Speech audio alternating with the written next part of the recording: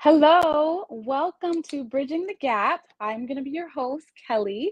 I wanted to start by introducing the panelists. I'm going to introduce them just by name, and then I want them to introduce themselves a little bit later so you can kind of get a more in-depth perspective of who they are. Um, I have Sayeda here to my left, or maybe your right, depending on where you're sitting. And then I have Enos.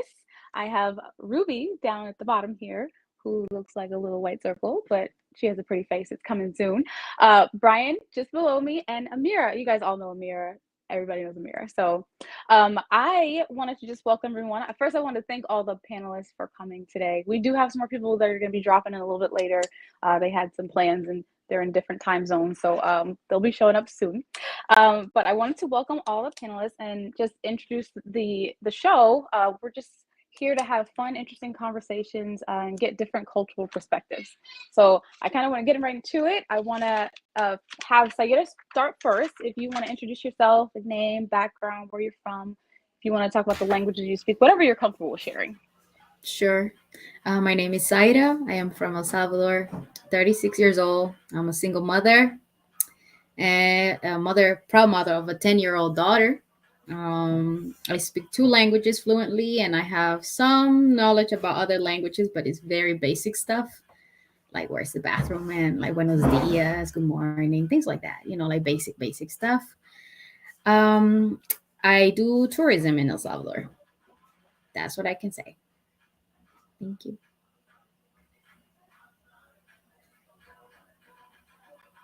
You're muted. My bad. Enos, did you want to go next? Sure. My name is Enis. I'm 53. Um, I work in a bike shop, selling like road bikes, like Tour de France type stuff. Cycling is my passion and it's also my job. I have two kids, all adults now. My daughter's 22 and my son is 20. Um, I'm teetering on learning a language right now, Italian. I'm really like practicing it hard right now because I want to be at least conversational in a year's time. I live in London, and it enables me to travel to like France and Spain and Italy and places like that during the summer. So next time I go back to Italy, like I want to be able to be able to hold a You want to be conversation and fluent. stuff. Yeah, That's so awesome. it's coming. So I know little words and little phrases. Yeah. So in a nutshell, that's me. I was married, divorced some years ago, but yeah, that's about it. Okay. Thank you. Ruby, do you want to introduce yourself? Sorry, I'm Ruby. How is everybody? Um, I don't know. I have a mother of three kids. My oldest is going to turn 18 in 5 months. I know I'm old. And I'm 37. And I used to work with Brian and Shayna as an optician. I still do it. I miss them. So I don't know. What can I say? It's Enos, I would have to say you look good for your age, by the way. You look very young. But I am You Mexican. do. I was raised in a very cultural Mexican tradition. So working is, different for my family anyways. But yeah. Oh, yeah, we're going to get into that in a few minutes. Brian, did you want to introduce yourself? Hello, everyone. I'm Brian. I'm 24 years old. I speak two fluent languages, Spanish and English. What up, Kelly? I'm from Puerto Rico. I was born and raised there. So typical Boricua, we would call ourselves. Yeah, I am in a relationship. I don't have any kids except for two cats and a fish. I had another one, but unfortunately The he fish. passed away last week. Oh, no. The fish Um, counts. Definitely counts. yeah, Definitely. he was 4 years old, so he was he fought for his life. But yeah, that's me. I'm pretty fun, pretty chill. Okay, and Amira, everyone knows Amira, but feel free to introduce yourself. Hey guys, I'm Amira. Happy to be here. Nice to see you again, Kelly.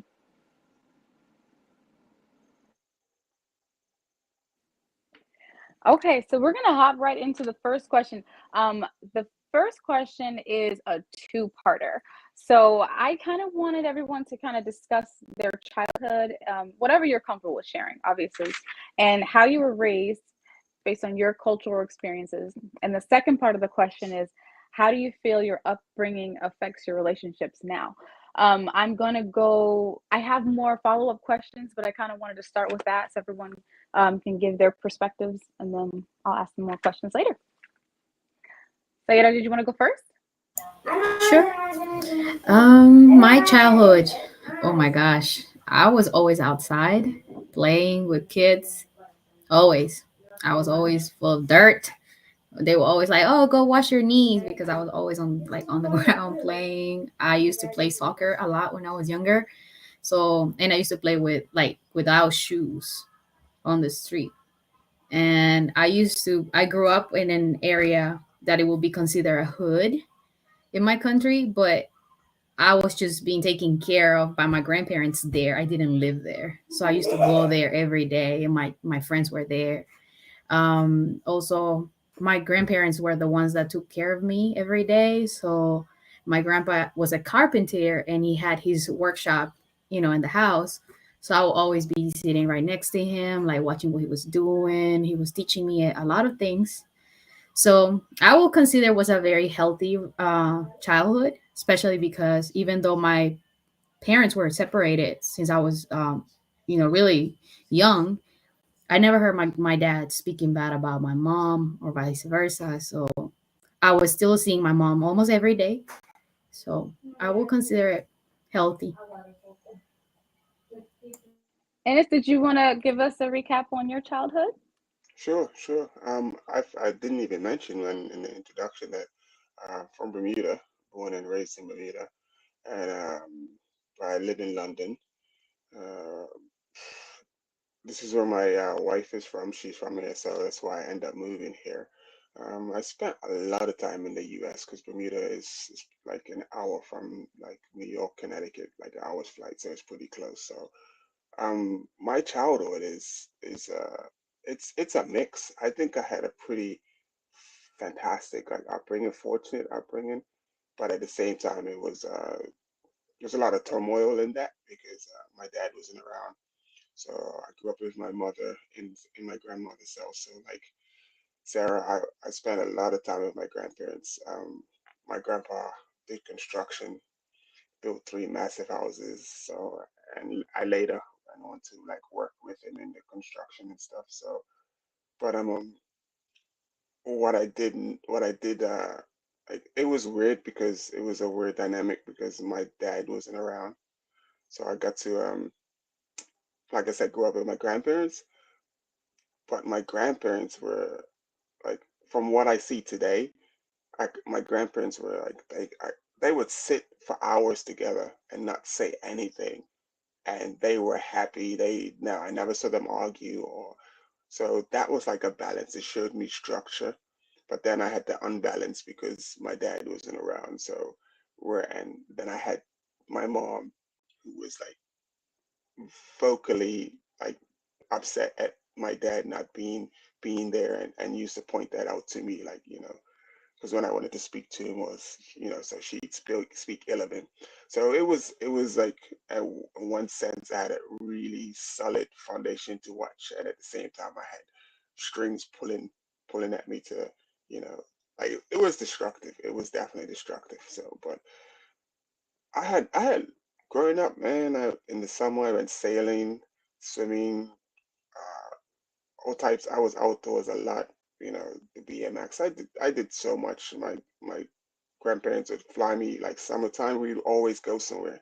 From 9 years old, always flying somewhere to for vacation and for at least 2 weeks of the year. So that's why I think I was pretty fortunate, like coming up and stuff. So, but at the same time, it was still totally tough. So It was weird. It was weird. It was weird, but I enjoyed it for the most part. So That is interesting. So you kind of had both dynamics. You had your grandparents who were like this amazing example, and then you yeah, had your mom and dad who weren't together. So you kind of got a chance to see both sides yeah, within the same home. That's yeah. interesting. Ruby, did you want to go? I don't know where Ruby is. I'm here. Sorry, I have to. This was like a last minute thing, Shayna. So I have to drive now. I got to meet up Nick. But Oh, I okay. guess my childhood was not peachy perfect. I grew up a little different. I was a migrant worker. I never got to enjoy life. I've always worked since I was 8 years old. I don't know what it's like not to work, to be honest. Um, my parents separated when I was what, probably 5, 4. They always play to jail. She's choppy. Ruby, I can't hear you. Ruby, Ruby. Oh, we Yeah, lost that's her. fine. Yeah, that's fine. Brian, I guess you're up. When you pop back on, we'll let her finish because I couldn't hear her. Could you guys hear her? Can you hear me or no? You We can't just be can. popping in Exactly. and out, Ruby. We were so into your story. The last thing I heard was you said your parents separated when you were 4 or 5. That's the last thing I heard. Okay, so sorry, I'm driving, but yes, my parents separated when I was 4 or 5. I grew up as a migrant worker. Yeah, that's not All correct. right, Brian. What was that? You're up, Brian. All right. So, I guess compared to some people, I mean, I've heard Ruby's story before. So compared to some people, I guess I was pretty spoiled. Yeah, Um, we know you're spoiled, Rod. it's- Tell us. well, I grew up being my dad's only kid. I do have four sisters from my mom's side. So from my mom's side, I was spoiled because I was the only boy and I was the youngest, but I wasn't as spoiled as I was from my dad's side. I grew up always off-roading, horseback riding, and everything that my dad loved drag racing. So, and I was in car races. I was in everything that you could ever imagine that could, you know, that is like adrenaline related. So I have a quick question. You said you were the only son. Is it typical in your culture for the son to kind of be like put on a pedestal? Is that because you were like you got spoiled because you were the only boy? Is that normal? I I don't think that the boy gets put in a pedestal. Mhm. I do agree that most of the time we do have more freedom when it comes to certain things, but I was just spoiled because I was the only boy in a house full of women, Gotcha. and my Everybody sisters doted on you. and my sisters are 8, 10 years older than me that were always taking care of me. So everybody, I was just like the cute little. They used to call me Tutti Frutti, walking around the house because I had red hair because I was born a ginger. So yeah, pretty interesting. My parents did separate when I was very young. Um, so I did grow up in a separated marriage kind of situation. They did not like each other at all. There was always a feud going on in some way somehow. uh, a parent saying that my other parent was filling my head with different things because of the way I would speak or anything like that. But oh, hi. But yeah, but other than that, I would say I had a pretty good childhood. I can't complain compared. I was very fortunate compared to other people.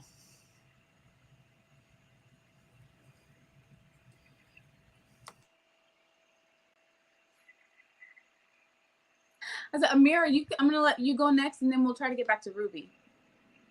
Okay, sure. Hey guys. I grew up typical Arab style. I had two parents. I was the only child, which is not typical. So I was very spoiled. I was a princess of the family, but my father did raise me with the very strict values of, like, don't don't be bitch, don't be conceited, don't be full of yourself. You still are a person, and you still have to compete. So I grew up that way. I went to private school for most of my life until high school, and then I went to public school, and that was a rude awakening. um, but the question is just about the childhood, correct? So I kind of wanted to get everyone the way everyone was raised, cultural perspectives, and then I wanted to go. Second part was, how do you feel like that Okay. affects the relationship? Do we say that now or no? You can't. That's say it later. now. That's later. I'll Yeah. wait until everybody else goes. But yeah, as for childhood, yeah, private school most of my life, and then I went to high school, and I went to public high school, and so on. I went to Catholic school. Being a Muslim girl, I covered my hair for most of my younger years. So going to a Catholic school whilst being the Muslim girl, it was a little bit of a different experience, of course. Back then, Catholic schools could spank you, and we would get paddled still. I mean, I think that that's a practice that should be brought back, honestly. Um, let's see what else. I grew up. I grew up in many. Yes.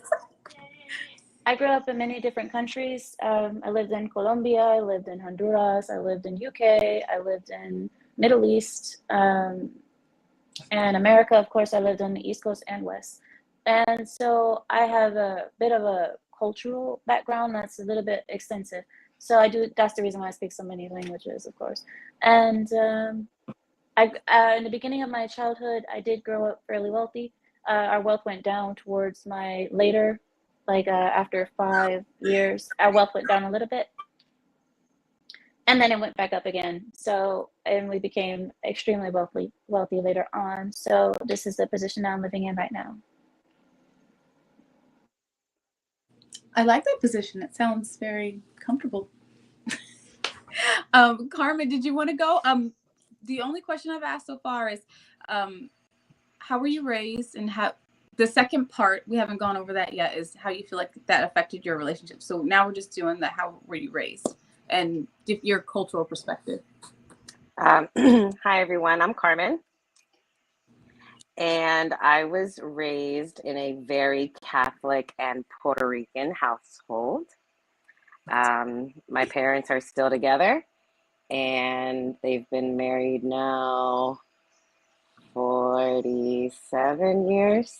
That's awesome. That's awesome. Okay. So it was very strict. There was definitely never any talking back. My father used to tell me the stories. He did go to I'm not sure, because I'm pretty sure he was a different religion as a child, and he converted to Catholicism for my mother. And he mentioned that when he was in school, that they did also discipline differently back in school. So he did remind me of the ways things used to be. And I think that old school version of themselves never left. So the classic old school way of just having two strict parents, and when we complain and you hear a friend say the same thing, you'll automatically know exactly where they fall. So it's semi-classic, and I'm one of three girls. I'm the youngest, and in a nutshell, learned a lot from my siblings' mistakes.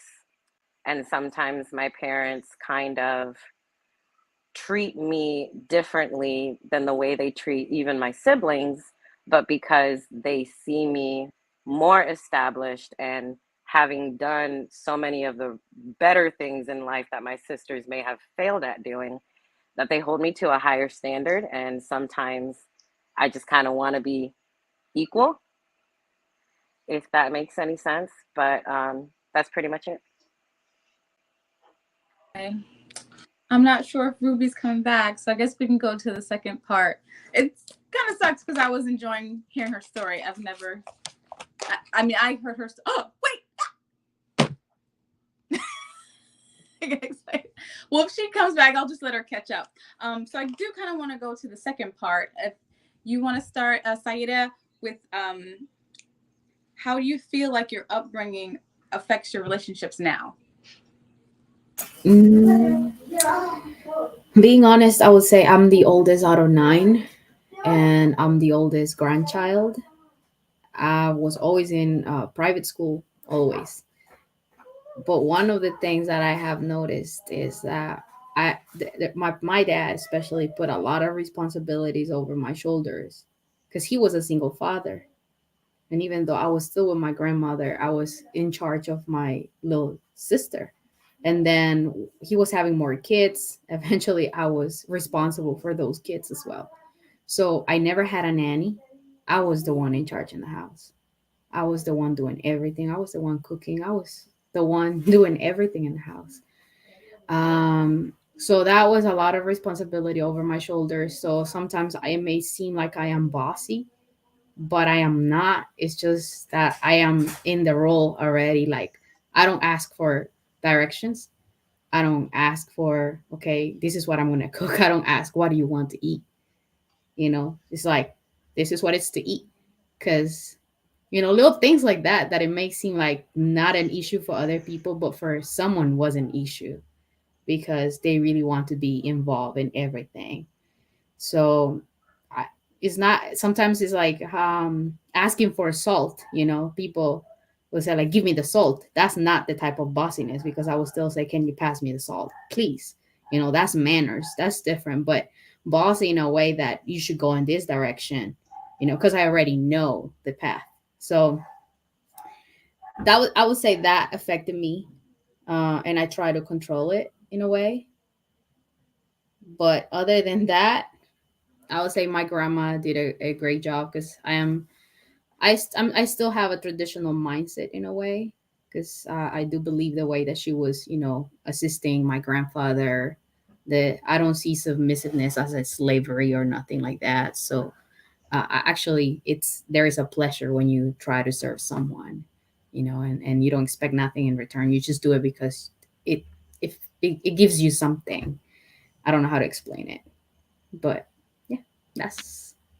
No, I agree. And I've heard you on other panels speak about your upbringing. And it sounds like you're very well rounded and it's very balanced. It doesn't lean like one way or the other. It's more like you want there to be like an understanding between both sexes. Yeah, but I think something that I could relate with Carmen when she mentioned that she was the youngest, I could tell that in my siblings, my dad treated them differently. But since I was the oldest, I am the responsible for everything. I shouldn't be giving no bad examples, and and my youngest sister, she started doing drugs at a very very early age. So that's why when Amir said like, bring that back, the spanking, I was like, yes, please do it, because I received some of those, a lot, and my siblings didn't. So that's why they are the way they are now. And my dad doesn't have to ask me for coffee. He doesn't have to. Like, when I see him, I'll get some coffee and give it to him. But with my other siblings, the youngest one, he literally has to ask for stuff. And sometimes he'll be like, I cannot even ask them for favors because they don't do it. I don't count on them, which is the opposite when he's with me, or like, when I'm around. So I can tell the difference when you're raising your kids in a different way. No, I definitely agree with that. I'm one of 5 children, and the oldest 3 who had the discipline and had the spankings are so different from the younger 2. I really think that plays a huge part. But I know a lot of people don't believe in it anymore, but hey, I see the difference. But enough about me. Ines, you're next. So basically, because I was around my grandparents all the time, that was like that was my model. That was what I was like, when I got married, it was like do or die. This is gonna work. It was Ines, funny. you're kind of low. Can you speak up a little bit or turn your mic up? Because I want to hear what you're saying, but it's coming through a little low. Is it still low? Because I've got the headphones in because I don't want to be because I don't want the speakers to be too loud in the house. So Oh, gotcha.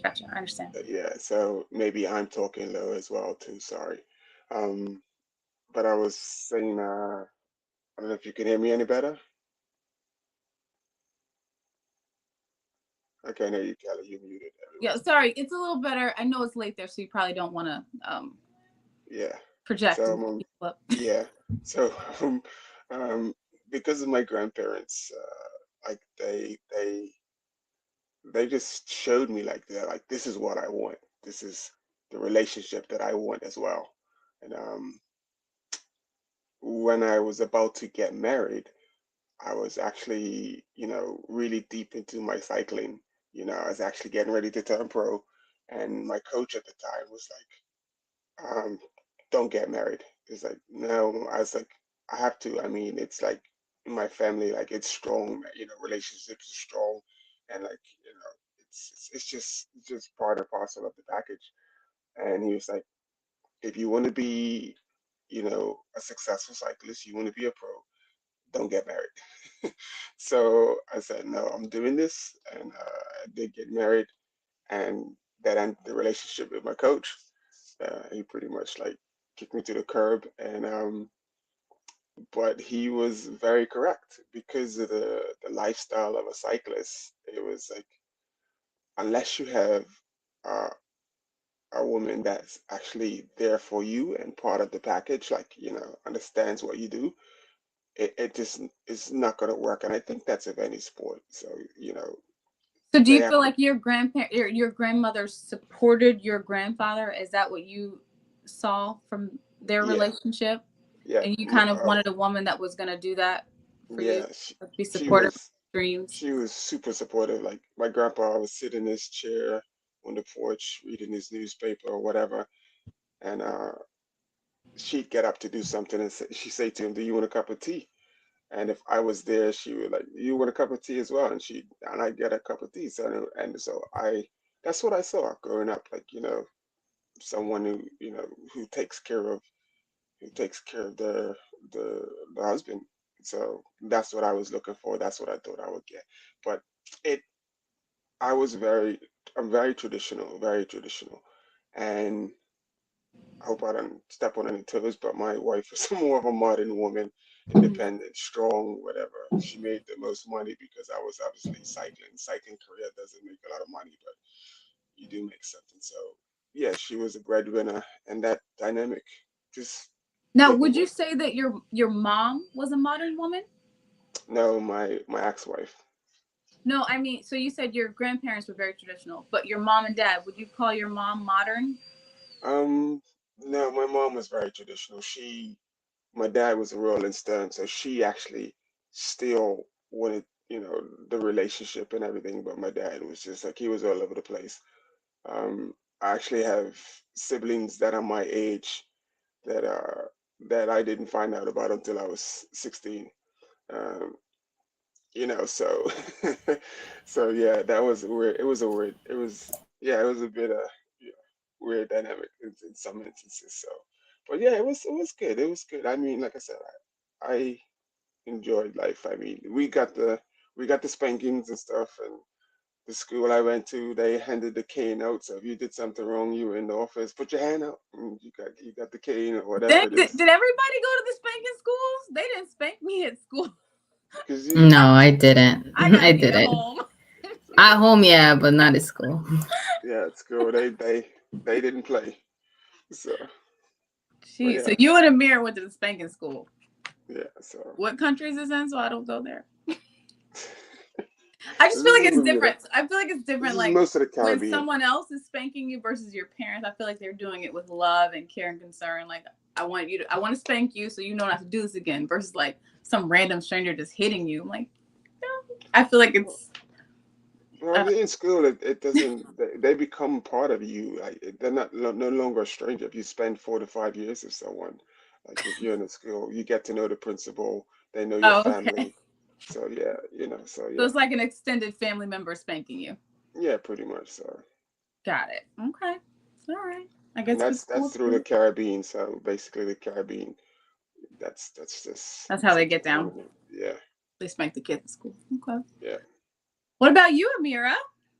Feel free to chime in. Pardon me. Because I was the only child, I became sort of a brat, and that has affected me in marriage as well. I have the only child syndrome. It is a real thing, and it's like I have a rule with my husband that when we have a room, one side of the room, I don't allow him to touch it. You cannot touch my stuff. Don't touch it. Don't touch it. But he is the man of the house, so he can do whatever he wants, of course. But he knows that I prefer to not even have my space walked on. And that's just part of that only child syndrome. I'm not used to sharing. I'm not used to noise because I didn't grow up in a house full of people. I only had my mother and my father who were out of the house most of the time and the nanny.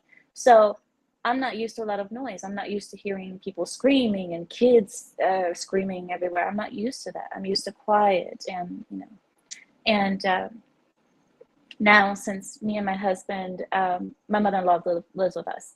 So she's there, and then the family comes over, and there's kids screaming, and that just stresses the ever living. Anyway, so that stresses me out a lot. Let's just leave it there. And then so I'm not used to that, and my husband notices that I am very picky and irritable about noise and people touching things and so on because I'm not used to having to share my space or my ears or what have you, my surroundings with others. So it has affected my marriage in that way. But other than that, my upbringing has prepared me for marriage because my parents, they trained me a certain way. They just, I mean, I saw how obedient and subservient my mother was to my father. So because of that, I am the same way. Very much quiet, very much obedient, very much submissive, and wanting to please. I want to please him. I want him to be pleased with me. So the other way is that my mother always kept her appearances up. She never let herself get fat. She never went out of the home with pajamas on, God forbid. My mother, she just acted a certain way, and that has carried on to me as well because I will never let myself get fat. If my arms get past a certain width, I am starving myself for the next 4 weeks. So that's another thing that carried on. Also about strict rules of marriage that women, I don't know, maybe we'll get into this a little bit later, but that women should be a certain way with their husbands. Does that make sense? We don't, we have traditions like, if you do get divorced, if you do separate, that you get no child support, in certain circumstances. The majority of the time, the father takes the children. And our culture is like the children stay with the father past a certain age because that's what we believe, especially at past the age of 9, that children should go to the father. What else can I give you? Very I don't different know. than American. That's definitely different. Very much. I've noticed that Americans tend to hand the children off to the mother and then tell the father to pay. But it's like, why not give the child to the primary provider instead of making the woman suffer with the kids? Well, you see all these situations where a lot of American or Western women are complaining about being single mothers. Oh, it's so hard, blah, blah, blah. And it's like, well, if the father is willing, they should go to him instead of being with her. And it's also been proven that children are better off living with a single father than a single mother. And I know that may ruffle a few feathers, but it's been proven. That's like single fathers raise children better. They just do. I don't know why. I don't know if it's because whatever. We'll get into that later. Because they do So build with the father. I have a lot of traditional upbringing, which has carried on to my adulthood and my marriage. So, is there anything else that I'm missing? No. Oh, Saida. So I do agree with Amira to a certain point as a daughter from a single father. And I have a belief and the reason why, because they prepare, as a man, they prepare you to survive. That's what they do. They prepare you to survive. But that also affected me in a way because that lovey, that comfort, that nurture part that a mother should and is the one in charge to give you, I miss that. Like I had it because I used to see my mom, but I never, like when I grew up, I noticed that my dad was not around. He was always working. So the people that always support men, single fathers, are the ones that make it easier for them, because a single mother usually don't have much support. I disagree. Not always, not always, not always. Yeah, not always. They have the support, but a lot of women decide to go, this is the way that I want to do it. I personally decided that my daughter was 1.5 years when I split with her dad, and I said, hey, my daughter needs a father who's the best father for her than my own dad. So I came back to his house, and since then we've been here with under his rules and everything. I needed a role, a father role for her life, and he is the one doing that. But a lot of people will not understand that, but a woman is vulnerable when she's on her own. That's for sure. And that's why I think that it has a lot to do. Yes, a father will prepare you for survival, because I can see the difference between me and my youngest sister that was raised by her mother. She never lived with she lived with my dad to a certain age, but then she moved with her mom. And she is the crazy one that I told you about earlier. So yes, definitely she's more dependent, and I am very independent opposed to her. So I can see what a father or a man can give you in your life, but I also have that part that he didn't. He was not there. He was absent for that part, and someone else was making up for that, if it makes sense. I just wanted to It makes sense.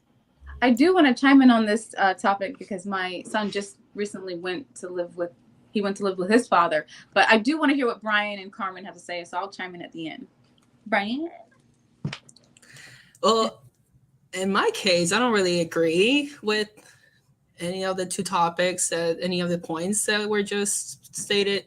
In my case, I don't think being raised by a woman made me any less weak or less productive or less hardworking or anything like that. Because up to this day, I can say that I'm a very hardworking person, and I did have a father in my life, which I adored with my whole heart, and he did teach me several things about life in general. But I think I mostly saw how hardworking my mother was. And up to this day, she's still working. She works 2 jobs. And she is 50, 56, working 2 jobs, a full-time and a part-time job. And she looks well at her age too. She raised four children, with mostly, other than my case, my father, mostly absent fathers. All 4 of us are great children. None of us are not drug addicts, no criminals, nothing. Professionals. We love what we do. We love our family. We're very connected with her. When it comes to my father, in my case, my father was a loving, my love figure. Like, my father would not be afraid to show love towards me anywhere in front of no one. It did not matter who it was or what is kind of happening. He would always let me know that I was, in his own words, the light of his eyes, or in Spanish, la luz de sus ojos. He would never cut corners when it came to me. There were times when I would stay with them, and in the morning I would wake up and there he is cuddling with me. This is a macho man that was a truck driver, loved off-roading, drag racing, horses, everything that came with mechanic and everything like that, was not afraid of showing how much he loved his son in front of anyone. So in my case, I also would have to say that I was one of those children that agreed. My parents were separated, and I could tell that, from a very young age, that it was best for me and for them that they were separated. So from like maybe 10 years old, I knew that they were not good for each other. So they needed to go their separate ways. So my question for you, Brian, is do you feel like how you were raised, how do you feel like that affects your relationship now? Do you feel like you're affectionate and you can show like that loving side that your dad taught you, or are you more like what would you say? I would say I'm affectionate, yes. And I, in my case, it's a little bit different when it comes to like the PDA and stuff like that. But when I'm in close corner or close whatever, four walls, I'm not afraid to show or love or anything like that. But I do have to say that I think that my parents being separated and me being okay with it made it very easy for me to cut people out of my life.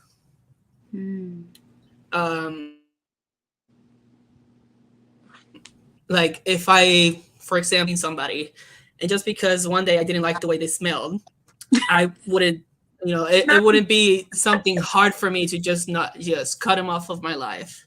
Not the way they smell. Just an example, You stink. You can't be my friend anymore. Yeah. So, and I know it's controversial or it's selfish or whatever, but it's reality. Brian, if I stink, I still need you to be my friend. Okay. Or maybe not.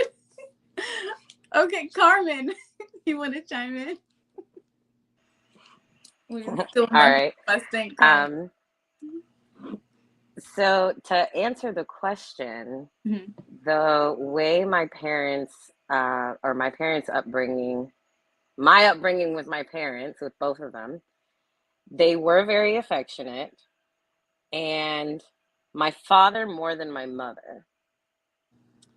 So when I say this in regards to if it happens, which parent should the kids go to, I'm going to stick with the one that's more mentally stable, regardless of nurture level and world preparedness they can give, because since the women's rights movement, the traditions are unfortunately starting to fade.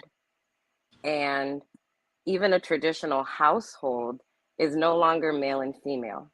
So we are, it's so diverse that the only thing that we can do right now is just be open-minded to everybody's situation. With that being said, my partner, he was in a family that also believed in tradition. However, they were not affectionate at all. And he basically raised himself at a young age, also the youngest child. And his parents were always working. He hardly ever saw them, had to wake himself up on his own through middle school and high school to make it to school by himself. No one was making sure he made it to school during those years. So he was very independent early.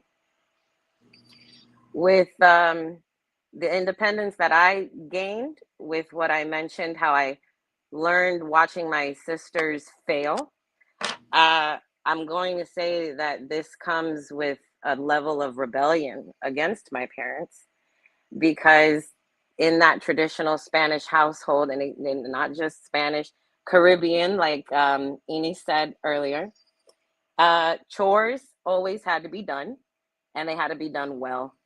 And if they weren't done well, you weren't allowed to go do whatever it is that you were trying to do. So my sisters would benefit, go out, screw up, and when it came my time to go out, when I was of age, they were even stricter about letting me go out because of a pattern that they had seen with my two older sisters. When they'd finally moved out and all of the chores led to me, I ended up, we used to split. So different sibling, different day of the week. We do this, you do that. By the time they left, I had to do all the chores. And during that time, I noticed that when my mother would come home from work, I would look for reassurance that she noticed that I did all of the chores so that I can ask for something and she would be in a really good mood to give me what it is that I want.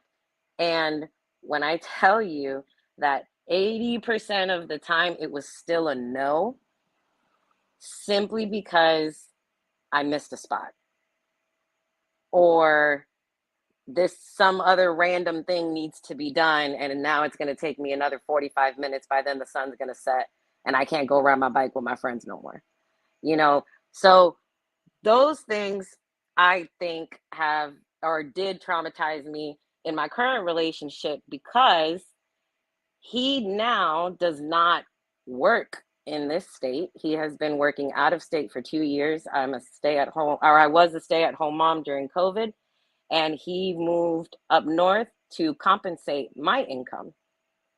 So he's making more than twice of what he would make here, and he's out there. So for 2 years, I've raised 3 children. The twins are 4, and the baby is 2. And I'm doing it all by myself. I went back to work about 2 months ago, and again, taking them to school, going to work, feeding them, bathing them, putting them to bed, all by myself physically. I have his support. I have his financial support. I have his emotional support. We're still in a really good relationship. But when I tie into like his parents being affectionate or not being affectionate because he didn't see it, and then my parents being affectionate, I'm at this loss of barely seeing him for the last 2 years. And now I need reassurance in that what I'm doing is enough. Because that stereotype of stay-at-home moms don't do nothing but sit on their ass all day. Or now that I'm working, and now it's like, well, what y'all gonna say now? Because I'm working full time and doing this shit by myself. But I have him. So yeah, the way that my parents, I thought that that's how a relationship is supposed to be. And when he was here, before he'd gone out of town, we were in this balance of trying to figure out how to be parents. So we had already started to kind of die. And now that I just don't see him anymore, even on the phone in video chat, I can complain about something and he doesn't give me that reassurance that I'm actually doing things right. But I know that it stems from always wanting my mom to see that I did the chores right and that I did them well so that I can get something that I want or be praised in some type of fashion. The traditional being submissive, absolutely. I would love to serve him if he were to be more open into what it is that he wants. But he is also encouraging me to still be independent like I was before I'd ever even met him. But when I became a mom, I stuck with the tradition. I want to stay home with the kids. COVID happened, so I definitely wanted to stay home with the kids even more. And I got that, but I had to sacrifice him, and he left. So it's a juggle to really figure out like where we're gonna end up. But I absolutely agree with how it's so easy for him to just go out there and work because that's what his parents did. They were always at work. He never saw them. But my children are young. So what? I'm supposed to take care of them up until maybe age 9, say the relationship fails. And because he was the one financially supportive during the first 9 years, he can then raise them to be world leaders of, whatever. And no, that doesn't make any sense because we both have knowledge that our children can learn from. Mm-hmm. And it doesn't need to be, oh no, the females are just when they're kids and babies and they're still sucking on the mom's tit type situation. No, that doesn't make I don't think that makes any sense. Whoever's more mentally stable at the end of the day is who should be able to permanently take care of the children. I wrote some other things down, but I think I already said them all. Brian, I see you nodding your head. You agree? I do. I do agree that the more mentally stable person should be the one taking care of the kids. Doesn't matter if it's a father or the mother, because you're not gonna. Even if it's a father and the father, I don't know, is some crazy guy, that likes to hit their children, or doesn't, doesn't put food in the kitchen or anything like that, or you want to have someone that is going to be able to take care of the kids and be their safe haven or whatever you call it. Mhm. You don't, like, I, for example, I have a cousin of mine that they it's three of them actually. They live from a very young age with their mother that just like from Puerto Rico just like took them to the United States. And my uncle like fought for a very long time to get them. And when he was able to get them back to Puerto Rico and he got custody of them, he realized all this stuff that the kids were going through. Like their mother was like, chasing them around the house with knives, throwing knives at them, doing all this crazy stuff, and nobody did anything about it because they were little kids and they're with their mother. It just depends on who's a more capable parent, or who is a more sane person, or the Right. best person that will be able to connect with their children, because it's not all about regimen and being strict and make sure you get good grades. You have to make sure you have an emotional connection with those kids, because if you don't have an emotional connection with them, once they grow up, they're going to put you in a home and they're going to forget about you. Amir, you came off the mic. Did you have something to say? This is nonsense. Nonsense. Absolute rubbish. Amira Rubbish. disagrees. Explain. Because I like all the stories of like, oh well, women have a lot to offer. Yeah, that may be true, but let's all be real here. The majority of women are not mentally stable, and I know what you're gonna say. The majority of women are not mentally stable, nor are they mentally fit to train a boy to be a man. Let's say it's a boy, a son. A man raises a man. A man teaches a boy how to be a man. A woman cannot teach a man how to be a man. So I think it's cute. Everyone says, oh, well, the women have a lot to offer. You do, but you can offer it on the side. If you guys are separated, let that boy go to his father. And the majority of women, especially in the Western world, grew up with the princess, I'm the princess mentality. And that creates a lot of, I don't want to say the R word, not retardation. I don't want to say that, but it creates a delay in your mental progress. When you think that you are Queen Elizabeth, I am queen, hear me roar, that kind of mentality taught to children. And it's just, all right. I mean, some people think it's great. But I you think call it's I nonsense. yourself agree. I agree somewhat. I agree somewhat to what she's saying, that there needs to be a balance. So even though I grew up with my mother, she did her best, as and I ended up doing a lot of stuff around the house, but I got direction from my grandparents. When I was with my dad, when I got to see my dad, it was pretty cool. He was pretty fantastic. I thought it was awesome, even though my mom trashed him. It made me love him even more. It made me want to be around him even more. And seeing with my kids, how raising my kids, I didn't have to put a hand on them. I just had to speak to them basically, and they did as was told. Um, when I left the UK and left them here, if my son was doing something, the mother would call me and like, you need to speak to your son.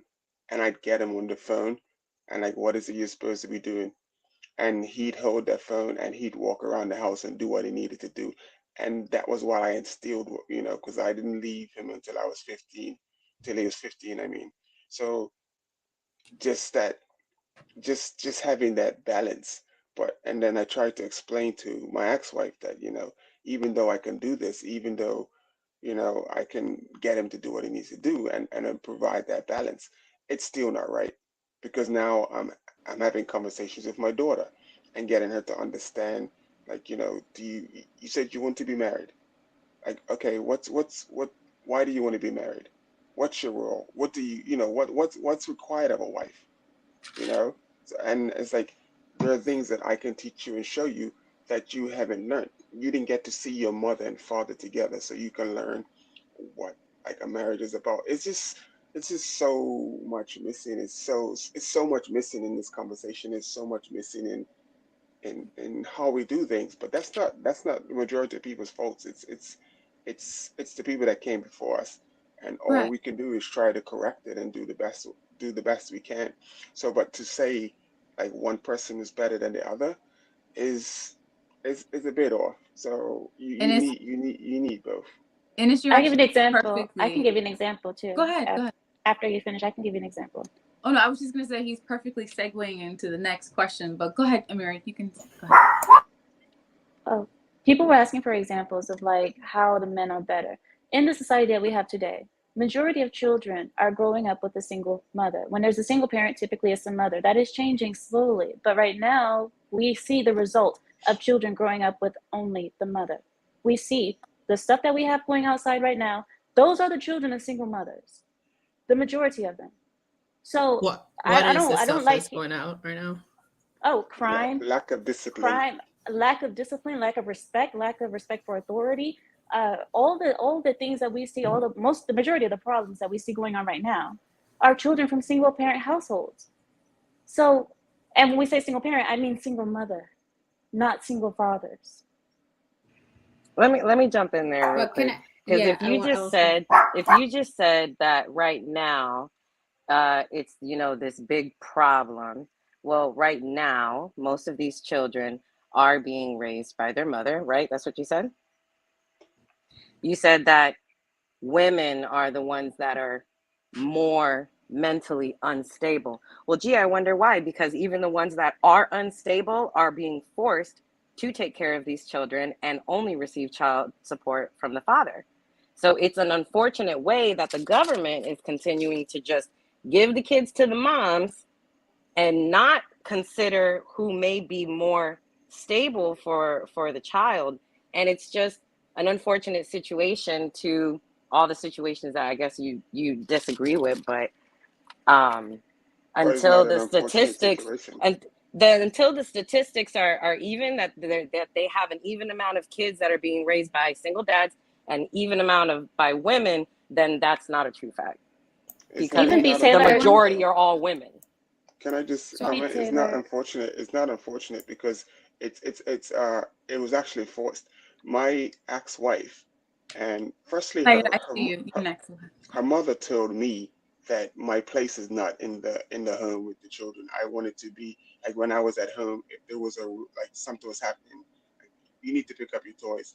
She actually came to me like, "What are you doing? That's not your place. It's not your role." And then her daughter, my ex-wife, repeated that to me once I moved her out of her mom's house into our own house where I was providing everything. And then she didn't want to be in the relationship because my bike and my job was still a big part of my life. It wasn't everything, but it was still a big part of my life. She actually went to the government and she said that, you know, she just like lost interest basically, and she did everything to push me away. Because, and the reason for doing that is that once I'm out of the house, then she gets all the tax benefits and everything she needs so that she can raise my children on her own. She did that and she struggled with that.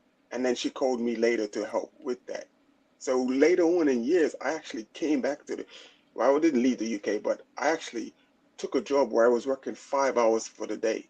The reason for that was I would leave my place wherever I was staying, go to my kids like 4 or 5 o'clock in the morning, get them out of bed at our house, get them out of bed, feed them, wash them, take them to school, go to my job, and then for 4 or 5 hours, and then go pick them up for school, and then get them ready for dinner because she wanted to get her career back or whatever because she's an accountant or whatever.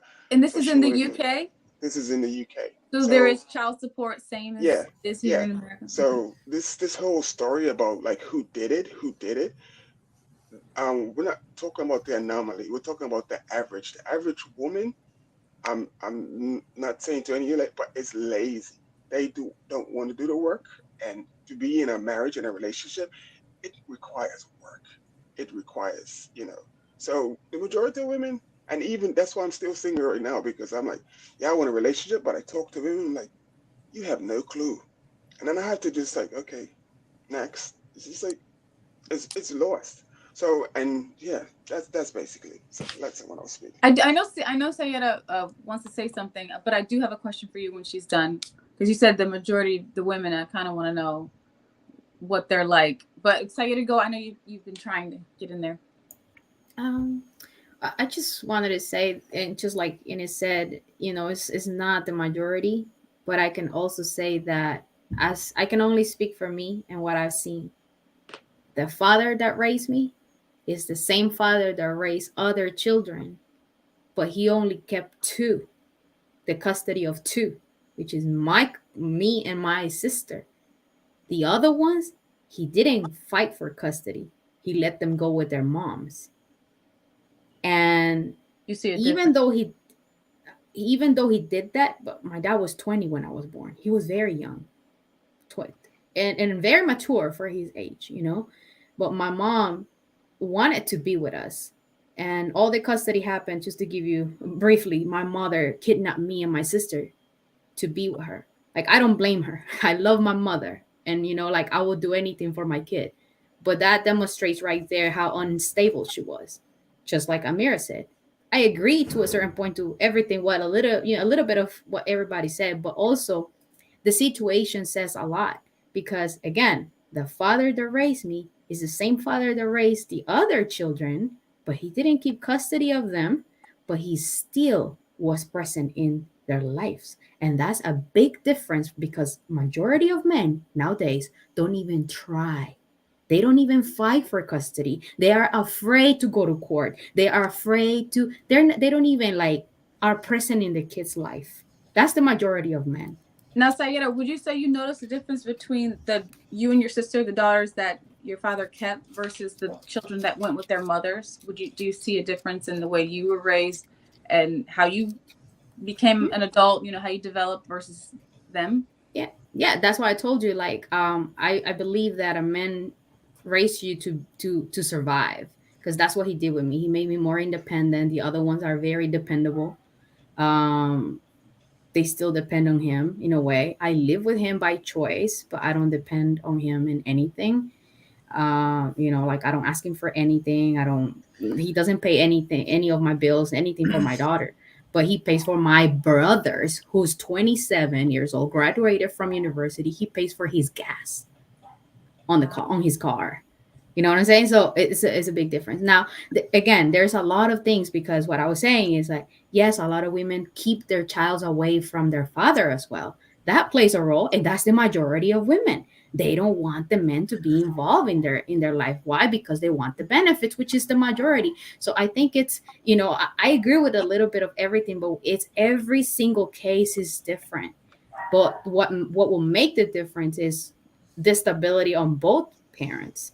Because I remember, Kelly, you mentioned earlier that the father of your son, early in life, he said that he wouldn't be responsible, or he was not ready to be part of the life of your son, right? Or something like that. In the beginning, he didn't want me to have my son, and I was gonna I appreciate everyone's perspectives. I know there are different perspectives, and not everybody agrees, which is great, because I kind of want to know, like, different views, and that's the whole point of the panel. So I find this all very interesting, so I'm taking notes.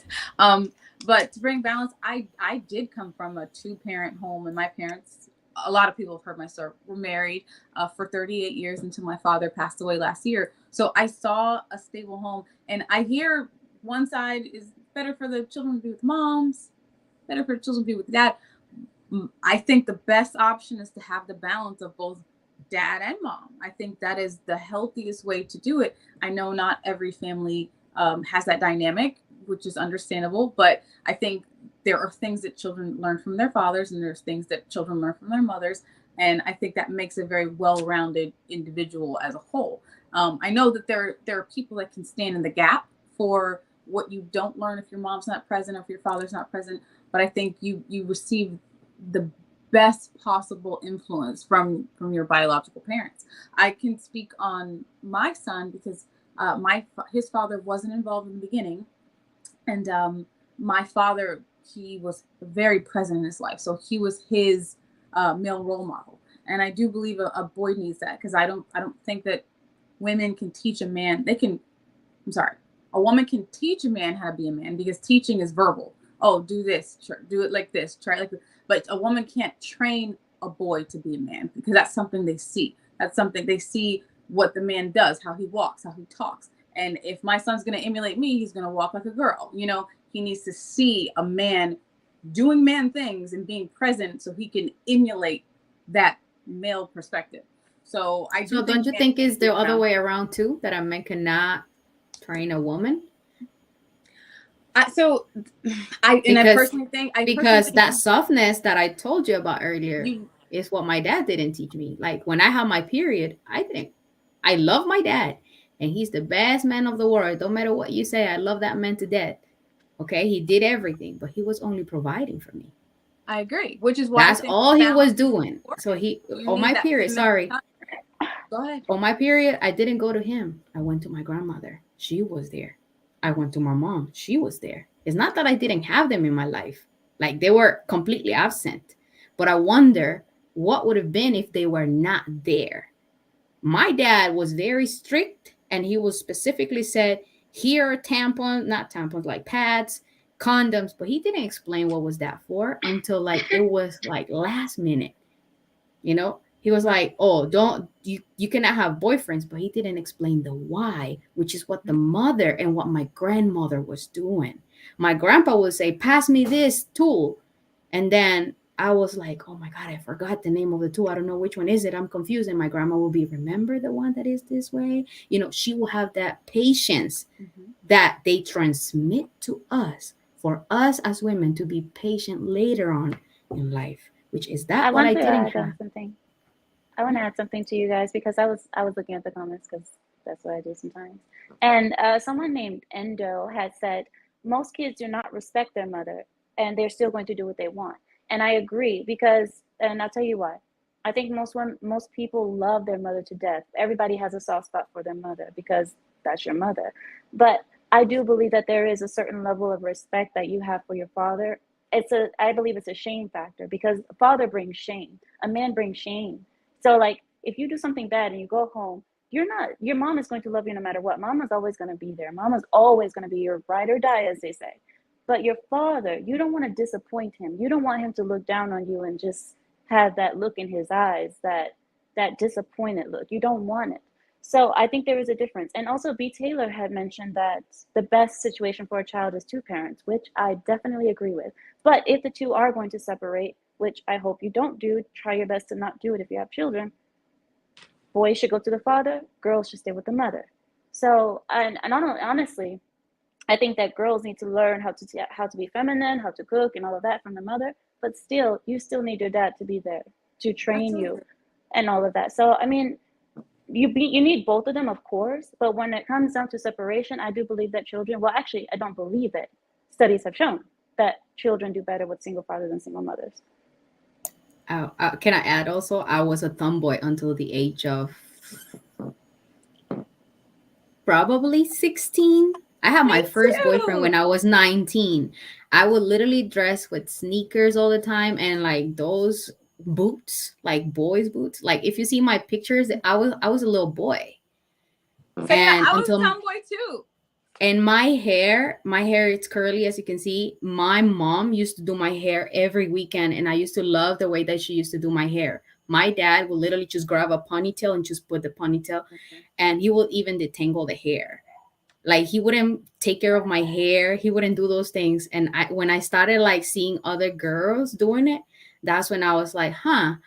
Even my mom noticed the first time I was wearing eyeliner. It's like, what are you doing? You know, why are you wearing makeup? And I'm like, no, I'm not. He's like, come on, you're not going to BS me. And then my dad, I asked him if he noticed any difference. He's like, no. So, you know, like that, come on, we have to give, you know, what is for each person, because I agree. We need both. We need both parents. And I also agree the person that is more mentally stable, like I said before, my mother, what she's still today, I love her. She's very immature, and sometimes very aggressive with her words. because sometimes she wants to try for my brothers to listen to her, and I'm like, they're men, they're not gonna listen to you if you're screaming like that, you know. So I agree with, but I have to say that it's a balance. Yes, it's a balance. I agree with the balance. I do. So I do want to segue into the next question. I read a quote that said, "You want to try your best to give your child a childhood they don't have to recover from." So the third question would be, do you feel that you have unresolved trauma from the way that you were raised? And that might be a deep question. So if there are certain things you don't want to share, you don't have to. Everyone doesn't have to speak on this topic, but if anyone would like to share, you're more than welcome to.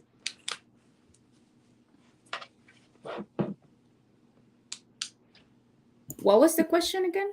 I'm sorry. It's, do you feel you have unresolved trauma from the way you were raised? I'm pretty sure we all do in a way. Come on. Yeah, We're not that's just part perfect. and parcel of the package. I think you're gonna, you know, no matter who you are, you wherever you raised, the traits rub off onto you. So my dad was very athletic, outgoing, very social, and that's me. I'm very athletic, outgoing, and very social. But and then my mother, my mother was, she basically, even though she was there to me, she was a tyrant. Um, uh, to the point where discipline became abuse. Um, and it's sad, but I had to, like, you know, cut off ties with my mother because we had many discussions, and I said, uh, you know, you did this and you did that, you know, like, you know, the things that you did, you know, were abuse. Like, and I explained it to her, and I said, all you need to do is just apologize for that, and then we could carry on, you know, because she still tries to call and stuff. I said, I don't want to talk. You need to apologize for you know what you did, you know. So it's just, it really had me messed up for a long time. So then she refuses to apologize. She would just go to the Bible and start spitting out Bible stuff and Bible this, and you know, God will work it out. And like, well, you need to go and hang out with God because I'm good, you know. Um, yeah. So I mean, ah, I'm gonna just say it anyway. Like one summer, um, summer day camp. I was going to summer day camp, and you know, that's what you do in the summer times. You go to the summer day camps and hang out and stuff, and you do fun stuff, painting and all of that. And my mom said to me that you've been being a bit mischievous and stuff, and you've been getting in a bit of trouble. She said, all I need to hear is that you did one thing wrong. If I had one complaint, then you're gonna get a beating when you get home. So the first day I got home, I think one of the teachers complained, or one of the summer school teachers, I got a beating. And then I think I was talking to someone, and the teachers got wind of what my mom was doing. So by the third day, I hadn't done anything wrong. And my mom said to me, I didn't hear anything, but just to, you know, make sure you don't forget what's going on, I still got a beating. And for not doing anything. And when I brought this up to her and I talked to her about it, she was like, um, I don't remember that. I'm like, okay, that's cool. So, and then I just reminded her of many stories similar to that. And I said, you know what? I forgive you for what you done, but I'm gonna leave it at that. And because I was told you should, like, tell someone, give forgiveness and move on. But I'm like, you need to deal with what you went through, and then until you see or feel what I went through, and you until you can apologize and say, yeah, that was, and then I'm fine where I'm at, you know. So and then so basically people's like, oh, you can't do that to your mom. I say, yeah, you can. And there are many people that tell you that, there are certain family members that you need to just, if they're toxic in your life. And since I haven't any, since my mom's like been out of my life, it's like things have been happening. Like, for me, I'm a lot happier. My finances are getting good. Things are just because that toxic element is out of my life. So, and I'm trying my hardest not to, pass that on to my kids and stuff. Like, just show them the right path. And I never had to touch my kids. Never had to touch my kids. All I had to do was speak to them, and they did as they were told. But anyway, So do you feel like the way your mother disciplined you kind of made you go the opposite way for your children? yeah. Like she was like excessive with the spanking, so you're like, I'm not even gonna go down that road. Like Well, was it like happy medium? I understood that my role as a father, I didn't like. What I noticed is that all you had to do is what if you're there and you like I was there from early, and if I spoke to basically something I repeated to my daughter, I'm here to be a dad, not your friend. Um, you want to do this? Don't matter to me. I can see that that's dangerous. We're not doing that. Let's go. And she understood from early, and so did my son. And they both understood that I'm not there to. So that's what your mom's for. You want the lovely and the cuddling, and they got that from their mom. But from me, they understood. So there was no issues. So if they needed to do something, because from the beginning I established that I'm not going to be their playmate, which is what most parents do. Like the siblings or the brothers and this, like the mothers of today, their daughters and their sons are not the daughters and the sons. The daughters and the sons are the brothers and the sisters or the hang-out partners. And I made sure that my kids understood that I'm not here to hang out with you. You need help with homework. You need to get somewhere. You need this. You need that. But I did hug them, I did love them, I did, kiss them and all of that stuff. But you know, I wasn't the one to just just You just wanted to like make sure you maintain like a yeah. healthy respect. They couldn't come to me with some side joke. I'm like, huh? Who are you talking to? You need to take that in the playground. So they knew where to draw the line, and they have that today. So I think I did a good job with that, even though I wasn't there like I wanted to be. I think I did a good job with that. So I didn't have to raise my hand once to them. All I had to do was speak to them because I established that rule from the beginning. I am your father, not your playmate, not your buddy, not your hangout partner. So Carmen, you've been awful quiet down there. Did you have anything you wanted to share? I agree with all that about being a parent and not being a friend. I did hear that from my mother, and again, every situation is going to be different, but mine, I absolutely hated that she said that because I was honestly looking for a friend at that moment in whatever it is that I was trying to tell her that I knew I could trust her with, but she said it like a mom, and I didn't take it in. My dad had a better way of wording things, and I've found that I've grown up to be a lot more like him. And it is true that he taught us how to be in the world, and my mom taught us, just how to be little women, but dad did eventually teach us how to be independent women.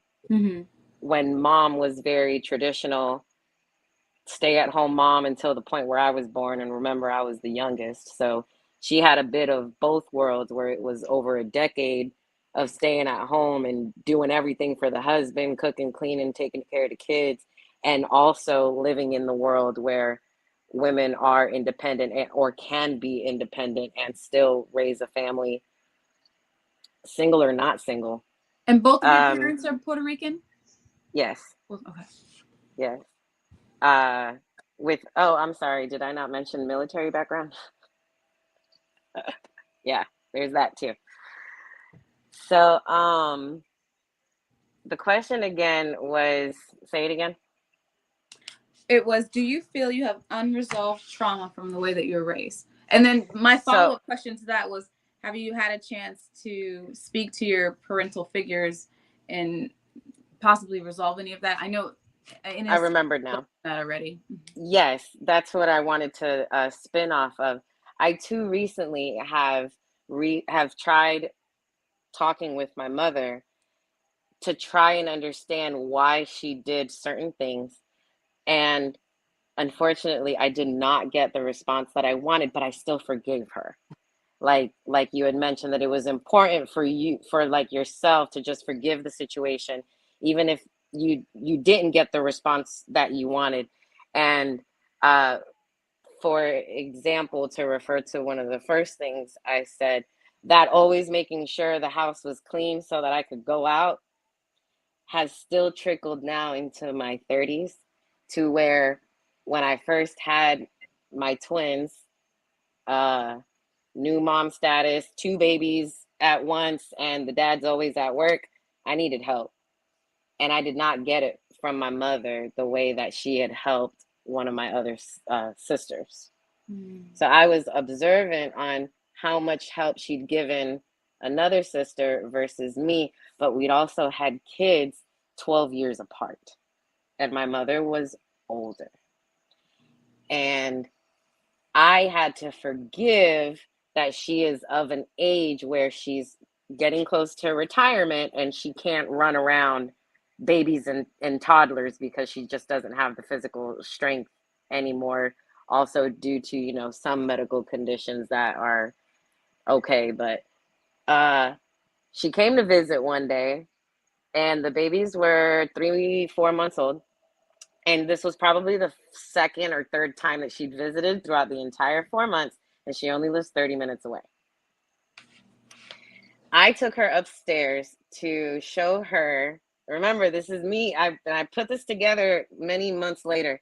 I took her upstairs because I was so excited to show her the kids' new playroom, that for their next stage, because I was, you know, nesting and doing stuff. They were 3 months old. They weren't going to be up there, but I had started to like put stuff around.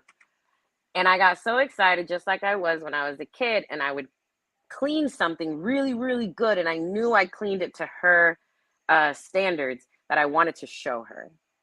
So the first thing she does is huff and puff about having to go upstairs, 1 floor.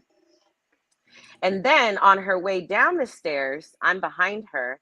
I see her run her hand down the banister and then check her fingers for dust. Really? It was like Yes. that? Yes. And Wow. I'm standing behind her, and it just boiled in me, and it brought me right back to that moment when I would say, Mom, look, I cleaned the toilet and I got Dad's piss that he gets off the side. You know, I cleaned it all up real good.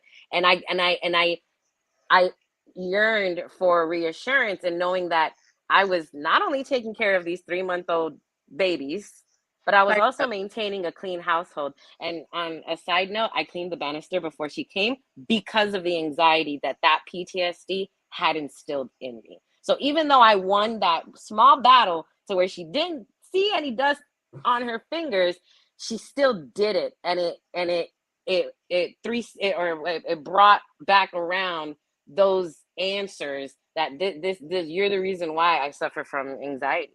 This is a perfect example. So a few months later, I confronted her about it, and I finally had the courage to give her these examples. Because if, you know, I can sit there and say, you did this, you did that, Mom, and this and that, the majority of the time, my mother would be like, "Estás loca? What are you talking about? That's get that out of your head," would be the answer, and it just doesn't magically go away. Is that you know? is that a Hispanic culture, like making sure like everything is like clean to a T? Because my godmother's Cuban and she's very much like that. So I think absolutely, yeah. Take it back Brian, a you few would say that? generations. Take it back a few generations to Diane? where, like we've mentioned before, women are so submissive to just taking care of their husbands. Women couldn't work at one point in time. Women having equal rights is still freaking new. It's still new. And there are still people roaming this earth that don't believe it should be that way. So until that generation goes, then we're never really going to see that no more, because it just won't be that way. I think I answered the question though. Sayeda, I see. I'm sorry, Amira, I see you did a wardrobe change down there. Hey guys, sorry, I just wanted to get more comfortable. It's cute. And a whole backdrop that wasn't there before, was it? Yeah, I just put it up for a second. Yeah, she put up a new curtain and a put new up some outfit, curtains. and she changed her hair. I was like, oh. I just wanted to switch it up, you guys. I didn't want you to get bored of the same old, same yeah, old. you gotta keep it funky. I'm not. You gotta keep them guessing. Now, was your mother like that, or was that more of like a like every Okay, like Brian. anal about the cleanliness? Listen, guys, I'm gonna be honest, and I might offend some people, and I'm sorry, but The this is nanny would have gotten fired. look. All I'm saying is this: I have Latin friends, and I understand what you guys are saying. Most of the time, are always vacuuming and mopping when I come over to visit them. Yeah. However, Latin homes are still, in our standards, dirty. In Arabic standard, is So still pick dirty. up a broom and help your friend. So when you speak about like the whole cleanliness, I understand the whole like rubbing the hands on the what is it, the railway or something, on the stairway. I Yeah, the get van. it completely. Yeah, I I get it understand. completely. We have the same thing, and it is obsessive, very obsessive. Um, what I wanted to ask you guys, you asked about the trauma. You're speaking about trauma, correct? Yes. Mm-hmm. As for trauma, the only trauma that I have is that my parents left me alone way too much. And I haven't spoken about this on this network at all before. Whatever you're But my comfortable parents, with. no, I'm comfortable telling you, my parents left me alone too much. I was way too much alone, way too much with the nanny. And I think that affected me in a way as I got older. So I feel like this is like a therapy session, honestly. But yeah. My question was more like I know like everyone's raised differently, you have different backgrounds, different cultures. So I'm trying to figure out, based on your religion or your culture or your upbringing, is there a better, best way? Or I know everything's different, like to raise children, for your upbringing, because these are conversations that we just don't get to have. So that's why I'm curious. Everyone's different. So is there a healthier way? Jones, I said someone was gonna get offended, okay? I said it before I said it, so please don't say that. He said that was rude. That I said someone was gonna get offended when I said it, okay? It's just honesty. I'm just being honest, okay? That's only what I see. Maybe other people have different experiences. That's what I've seen. As for the experiences, Kelly, no, this had nothing to do with culture. This had to do with my parents' lifestyle, I guess. My father, I don't want to say what he does, but he works in like kind of like diplomat situation. And my mother, of course, she was just stay-at-home mother, but my mother was mentally kind of off into her own world a lot of the time. So I was often just alone. So that's the only trauma that I would say that I had, but I think I'm fine. Are you allowed, because I know there are restrictions, to speak with them about it, or does it go unspoken? I don't talk about it because they did the best that they could. We have to understand our parents aren't perfect. They have their own trauma that they went through, that they're having to deal with. So I don't sit there and blame my parents for not being perfect. The only thing I could blame them for is if like they saw something and it was brought up to them again and again and they didn't fix it. But we never had that kind of issue. So I'm not going to fault my parents for not being the model ideal of, who knows what can damage a child. Most parents think that they're doing the best job and they're doing really good, and the child will still find something that was traumatic to them. So that is true. There is no way how to raise your child the best possible. A lot of it is trial and error, especially with new parents. Brian and Saida, I don't know if you guys had a chance to speak on it or if you want to. I do. I want to. Brian, do you want to say something before? You can go first if you like. Okay. Because it's about trauma, so I don't want to say anything there. That's fine. I'll try to be brief. So, we all have traumas. We cannot pretend that we're perfect. Come on, that's stupid. That's stupid. Yeah. That would be some BS right there. But I would say everybody describes me as spoiled. Not spoiled like luxurious stuff, like with money or wealth, or like you have everything you wanted. Even though my father wasn't there, like I said before, he was the man that I could count on every time. So I've been spoiled to the point that my dad was driving me around until like 6 months ago. Like if something happens, and it's kind of like weird because I am very independent when making decisions compared to my other siblings because I'm the oldest, but at the same time, like I remember not too long ago we had a problem in the house, and the water pump broke and there was no water running in the house. And I called my dad immediately. He's the first person I'm going to call. And I'm like, the water is not running. Something happened. And he's like, okay, don't touch anything. I'll be there. And he's working. And it doesn't mean that he's going to be here ASAP, right? Or right now he's going to come. But he came for lunchtime. And the first thing he did is check on the water pump and fixed it. So that will be a problem. And not a lot of people talk about this, but a lot of men, modern men, because there's modern women and modern men that will call somebody to fix it or will blame the woman. Why didn't you call someone to come fix it? Because my dad can fix it. So that's why I didn't call no one. He will kill me for paying someone to fix it when he can do those things.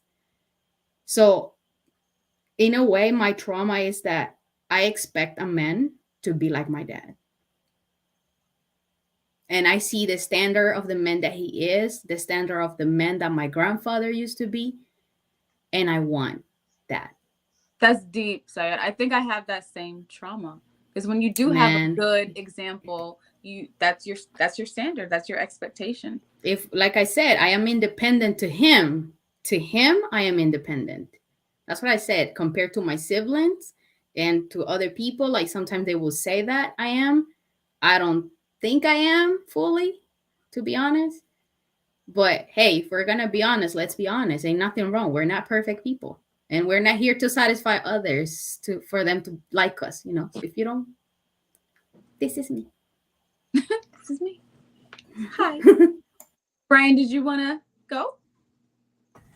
Yeah. So I agree. I think everyone has a little bit of trauma or something that is going on in their past that we might not, you know, some people might not want to speak openly here on the channel about.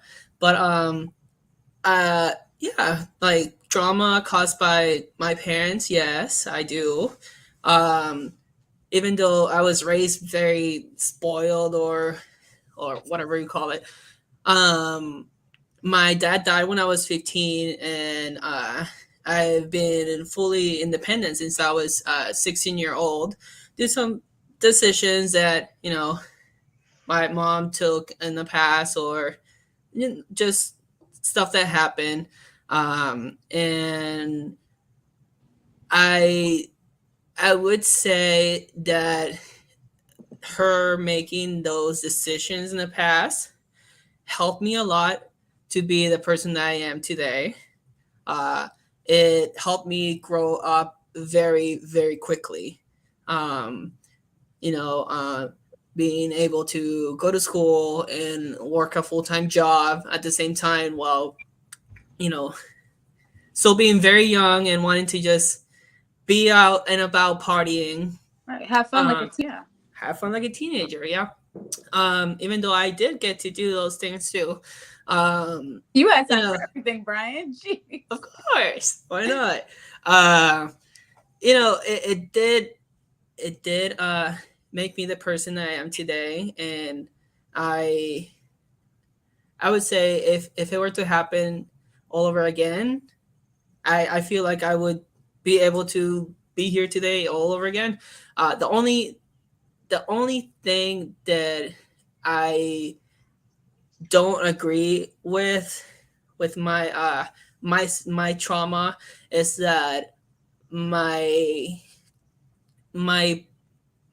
mother thinks that I am who I am today thanks to her doing that. I think that is the only thing that I don't agree with, even though it did help me move forward and it did help me, you know, become the person that I am today. I am not fully, you know, it didn't just happen because of that one situation that like one trauma that I went through. So have you had a chance to speak with her about it and like you go over how you felt? Yeah. I mean, we did speak about it. I would say maybe like 5 years ago. You feel like that helped with like healing? It wasn't much of a speaking. It was more of a yelling across the room kind of situation. With yelling at each other, whatever. But it helped me realize that, you know, that situation in general just helping me realize that if I don't do things for myself on my own, without counting on anyone, I'm never gonna get anywhere. Anywhere in You're life. like so you've never been dependent on a person. You've solely taken on the fact that it has to be you. There can't be anyone else you lean on. Yes, fully me. It doesn't matter. No, like I said, I think that's partially why it is so easy for me to just cut people out of my life, because I realized, first of all, from a very young age, I lost my father, which, you know, it's a huge part of my life.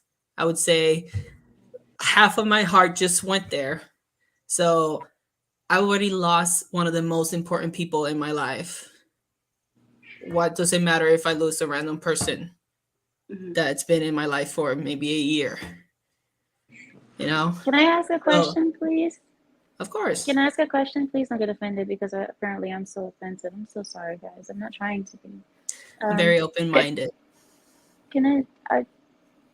What's your sexual orientation? I'm sorry. I'm just curious. What's your sexual orientation? What is my sexual orientation? I am gay. Okay.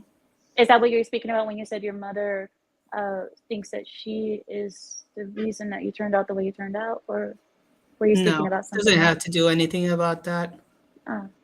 Nothing related. Certain other trauma that happened in my past. At that point, that was already out of the picture. With that trauma. I appreciate you sharing. I just have one more question. Is there anything that you have found you would do differently when raising your own children? Like, would you add your culture, your religion? Would you make different decisions versus how your parents raised you? Anybody? I would let my children choose their path, however it is. It doesn't matter. I don't think that they should be brought into this world, first of all, forcefully, because, you know, a kid doesn't choose to be born. You know, two grown adults did the deed, and here you are. So they don't need to be forcefully brought into this world to be told or pointed at a certain direction, just because that is the role that they need to follow. I feel like the parent should guide the kid. So in my case, I would guide my children towards a good future. I would make sure that they're healthy, that they have food in their fridge, that they have a roof to sleep under, and that they know that if they ever need anything, I will be there for them. But Anybody I don't else have any children, so. Sorry, Brian. I thought you were done. I apologize. You're good. Yeah, me too. I'm sorry. You can go. I do have a daughter, and I hope that I am doing differently, and I hope that I'm doing the best I can. And the first step, I decided, like I said earlier, moving to my dad, and that's something that I want. I want her mental stability, emotional stability, physical stability, and I think that was the best decision. Also, her father was never there to help financially, but I never kept him away from her or her from him, and I did it because of her. It's her father, and I think she deserves to spend quality time with him. I've never neglected, like him, to see her. She's allowed to go with him till today. Again, my dad never spoke bad about my mom. I've never done that. She doesn't know the things that happened. FYI, I went through domestic violence. So it's not something that, oh, I just decided to leave that man. No, I went through some stuff. And my mom, I would say she always told me, like, why do you let him see her? Why do you let her go with him? And I was like, Mom, that's my daughter, and I will not do the things the way you did it. So, those things are like there. I didn't want her to do the things the way my mom did or the way that my dad did. It was something that it was whatever is best for my child.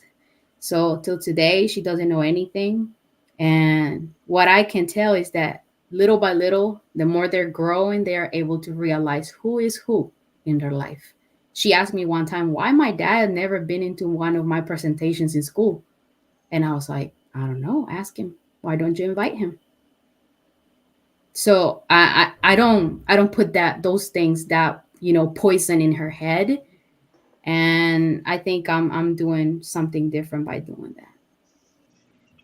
Yeah, no, I think it was actually Brian that shared that with me. That is very traumatizing to a child when the parents are speaking negatively about each other, because it's hard for them to decipher who's right, who should I side with. That's just something that children shouldn't have to go through. They're children. You should let them be children and deal with it as the two adults. But thank you for sharing. Ruby, welcome back.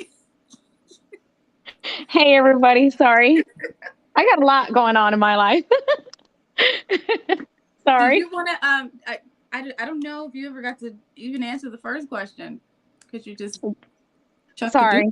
I have a lot of stuff. I have 3 children, as you guys know. So mine range from 18, 12, and 13. So it's a lot going on, and I am married.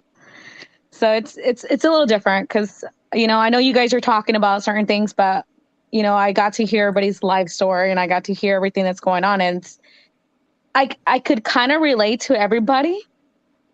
In my way, I could relate to everybody because I grew up where my family was a domestic. I grew up where my mom was never there. I've always worked. So it was one of those things, like I always told myself with my kids, I wanted to do better. So I've been around for my kids. I did change some things. I will say this, though. I wish, if I could say anything, I wish that I would have installed in them something that my mom gave me, which is to appreciate, because I did the mistake of giving my kids everything they wanted because I never had anything. And now they don't feel like they have to work for it. They feel entitled. Yes. And it's one of those things I have tried myself to say, no, I can't do that. I can't give you everything. You're not entitled. You don't deserve it. It's a privilege. It's a privilege to what you have. So to me, it's a little bit different because when I hear you guys' story, I can relate. And I relate to everybody. I know you started off with your childhood and how you were raised, and I heard you were a migrant worker and your parents were separated when you were 4 or 5. I don't think anybody got to hear the rest of it. Did anyone? Because it was breaking up. Did you want to go over that? Well, if you'd like to share. No, it's fine. When I was 4 years old, my mom, I think I was like 4 or 5, my mom split up with my dad. When I was 8 years old, it was a constant on and off battle with my mom and dad. Were always in jail. I never got to see them for a while. And then my entire life, I've just been a migrant worker. I've always worked doing everything, you name it. Anything was seasonal. I went to 13 schools, at least elementary schools, 8 middle schools, 5 high schools. I've never had any friends to actually relate to anything. You know what I mean? It's always been a working life. Ruby, for the people that may not know what a migrant worker is, can you explain that? Yeah, it's something seasonal. Like you move with the season. So let's just say, for example, right now we're starting strawberry season. I don't do it no more, but we are starting strawberry season. So right now you're planting the strawberries. In about 4 or 5 months, we will be moving because the strawberry season is done around, I want to say like, trying to think, December is when you start picking. So around February, usually you're done picking and you move up north and you will go and let's say you're going to do apples. You're going to pick apples and you never have an actual stable place because you're constantly moving around every 6 months. To There follow is the. nothing there. You just pack and leave. And this was since you were 4? Since I was 8. Since you were 8. Do you feel like that how you were raised affected your relationships? Yes. Of course. Because I know you said you'd never had a chance to make friends because you were moving. Correct.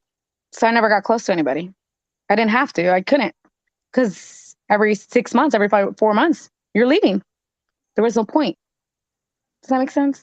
Like, what's the point of getting to know someone if you're going to pack up and leave? Why even get to know them?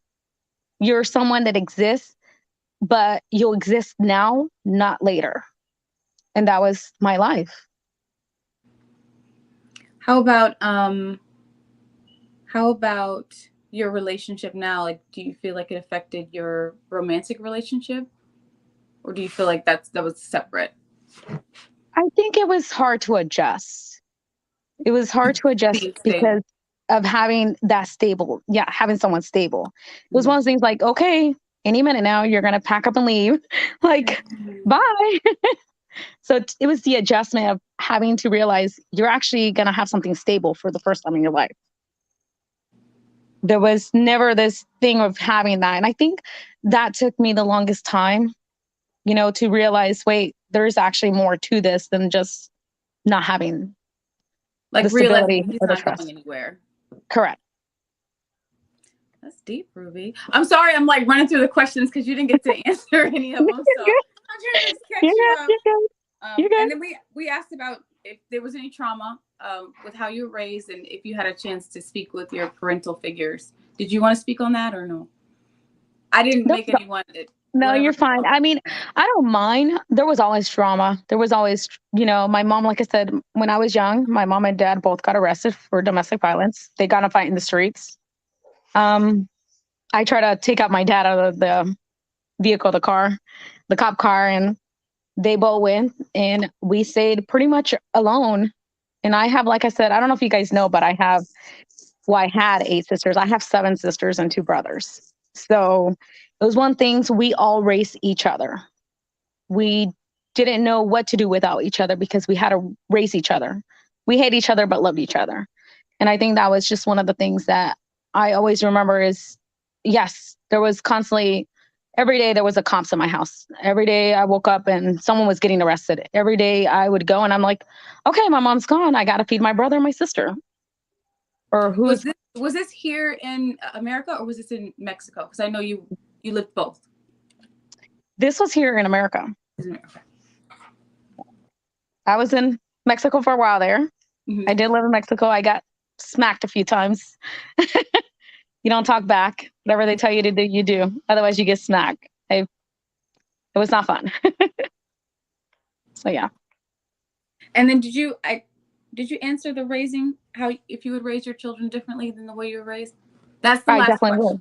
Yeah, I think I did, but yes, I would definitely raise my children differently. I mean, I do. I have raised my children differently, In my household, when I was young, education was not important. It never was, and they didn't care. It was, you wake up at 6 o'clock in the morning, you start working, and your shift ended at 6 o'clock in the evening, and you just work. That was what I was brought up, installed in me. And I told my kids, no, you're going to go to school. You're going to better yourself and be something better than what I was. I've dropped out. I mean, I'm going to be honest. I dropped out and I got my GED, but, prior to me dropping out, what you see is not what you would have gotten years ago. I got associated with gangs, drugs, lots of drugs. I did so many drugs. So many. I did. I'm not going to lie. I got into a lot of shit that if you knew me back then, a lot of people that know me, they're like, what the fuck happened, girl? Sorry. But they will tell me like, hey, what happened to you, And they realize that I'm not the person I used to be. I'm complete different from when I was, but back then it was what I thought was my family. I would look for them and I'm like, oh my God, they actually accept me. They like me. You had a family outside of your family. Correct. That's awesome. Well, thank you for sharing, Ruby. I'm sorry that we lost you there. No, No, no. You're Did good. You're anyone good. did anyone else want to answer is there anything you would do differently in raising your own children versus the way you were your upbringing was? I know Brian went. Did anyone else I go? think if I could turn back the hands of times, I'd pick differently as far as the choice of person I like, my wife or whoever I ended up with. I definitely pick differently. I pick a whole lot differently. I also wanted to respond to what was said about letting kids be who they are, and we're here just to, sort of guide them. Um, I think the world is in the state it's in today. It's because people today are letting kids try and choose their direction, and people seem to feel that if you're telling a child what to do, then you're not letting them like be who they are meant to be. And to be honest, I think that's like the biggest load of whatever, because it just it lends to it leads down a destructive path basically. So if there is no guidance, there is no rules, and this person feels that this or that, or they can do this, or they feel like they should do that. Like I watch kids all the time, with their parents and how they act, and there's just there's no hold on that child. They can scream, they can say what they want. They come into my store, and they be talking loudly, and I just look at them and like, excuse me, why you in my store? Could you keep the noise down, or could you not touch that? They're not used to people saying that to them, and I'm just speaking normally. Don't touch that, it's gonna fall. What you mean don't touch that? I said, and then when they question me back, and I just turn it up. I said, don't touch it, or you can leave. You have a choice. And they just simmer down. Kids are not used to, not even let alone a man having someone speak to them in a firm manner, just to check them. So this path that we're going down, where we're allowing people to freely do as they feel, rather than actually say no, don't do that. That's not good. This is best. And it's trickling off into adulthood, where the adults live by no rules, and now the kids are copying the adults, because those those when we took the fathers out of the home years ago, with the government, whatever, that's when we started to go off track. So, and that's where we are nowadays. So I mean, it's all over society. You're walking down the sidewalk, you see four little girls taking up the whole sidewalk, and you're walking to the side. And you have to stop and say, are you young ladies going to move over so other people can pass by? Just simple stuff, simple manners. Manners is just, Being it is doesn't lost. exist, and all of these little things affect the way we treat one another. Like here in London, like all of a sudden guys are shooting one another. That was unheard of. Like we've had like this past 2 weeks, like two or three shootings, which is not a lot by some countries, but doesn't happen here. It's Mhm. just, it's just like this lawlessness is coming in, and it comes from politics. Because I listen to the political talk show, radio shows, and the government, people are asking the politicians, "What are you going to do about this?" And they're like, um, they don't want to make a decision because they're scared of hurting people's feelings, or somebody, it just trickles down. So we're on a path right now. The world is on a destructive path. There are a bunch of people trying to do the right thing, but the majority of people is like, whatever, let them do what they want. Let them do, how they feel. And it's just wrong. It's I not do good. think that was a good point that you made about children aren't even used to someone speaking to them, and you said Yeah, with a firmness and authoritative manner. But I feel like children aren't used to people speaking to them at all. A lot of children are being exactly. raised by a device. They're like, here, there's your phone or there's your tablet. That's your babysitter. So they don't Yeah, even have communication. So I think they're losing they don't even know how to connect anymore. They have yeah, all these devices that help you connect with the world. They don't even know how to connect with the person in front of them. They don't know how to have conversations yeah. anymore. The parents aren't being active. So I do think a parent should be active. Your child should learn from you. They should know how to handle themselves in this world coming from you. You should be a dominant force and example in their lives. It shouldn't be the school. It shouldn't be the television. It should be their friends. What they believe should be based on what you teach them at home first. Yeah. And then everything else is added to it. But it's difficult if the mother has to do it all. It's difficult if the father has to do it all. That's what we're talking about. That balance was like because one is, I know that if I raise my kids just by myself, they're gonna be hard. They're gonna be like, but then they need the mother. They need the soft touch. They need that the nurturing emotion. side. Yeah. They need the nurturing, yes. So with I think the mother did a good job with my kids. Like, they got the love, but then they come to me and they understand that once, because we had two cars. If you saw the mom's car, there was chips and drinks and spoons and stains all in the seats. The mother's car looked like a dump. When they got in my car, and I remember one time the mother gave them some cookies and said, "Don't you touch that cookie until we get to where we're going." They put the cookie back in the bag, set it next to them, and when we got out the car, they got their cookie and they ate their cookie. My car was immaculate. They understood that. It's so weird. I'm like, how can you get into your daddy's car? Understand, you're not, they weren't upset or anything. And they're just like, "Okay, daddy," and just put it down. And they got in their mom's car and they just went wild. They're just like, it looked like they were throwing the food around the car. And like, I'm like, yo, it's just, yeah. So I know it was, and that's where we have the problem today, where they're coming with me and they understand they need to do, but then they get to go back with mom and then do whatever. So, and then they grow up in a way that's just what we have today. So, Can I ask a question? Do you ever encourage your children to not do that in the mother's car? Oh yes. Oh, I even spent.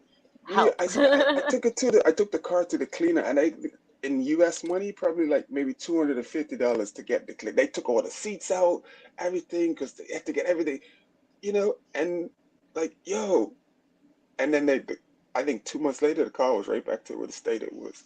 So, Why doesn't the mother? Why would you have to tell that? Like, why doesn't the mother have that discipline in her car? You know what I mean? Like, and one thing I also have noticed is that women are a lot dirtier than men. The majority of women's houses, I mean, in America anyway, other countries not so much, but here I've seen that women are very dirty. There's makeup and lashes and just stuff everywhere in women's houses. And Amira, that's not one of the questions, and it seems no, it's not one of the questions. No, that's I'm the speaking second- about. that's the I'm speaking second about something in- else. I that can speak is about the what I want. second- I can speak about what I like, though. Absolutely. And the reason I brought that up. The we're reason I brought that on- up is 1 minute. The reason I brought that up is because Ines was speaking about the cleanliness of a car, and this is another issue that I was speaking about when it comes But to you are women not being insulting fit. people, and it has nothing to do with the topic. Answer I'm the sorry question. if you're offended. Sorry. No, sorry. I'm Sorry, not can I say offended, but something? you're throwing insults, and it's almost unnecessary. It's actually an observation. Because more I than don't think- anything. an observation, but of who? Who do you see? Who are you talking America. about? The Western world. And Everybody. okay. My and family has so- a business. So and the we see women it all the that time. you have put yourself around are the ones that you are talking about.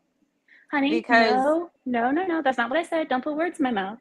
I'm have a asking business. the question, so answer that. You just made a statement. You didn't ask me a question. You made a statement.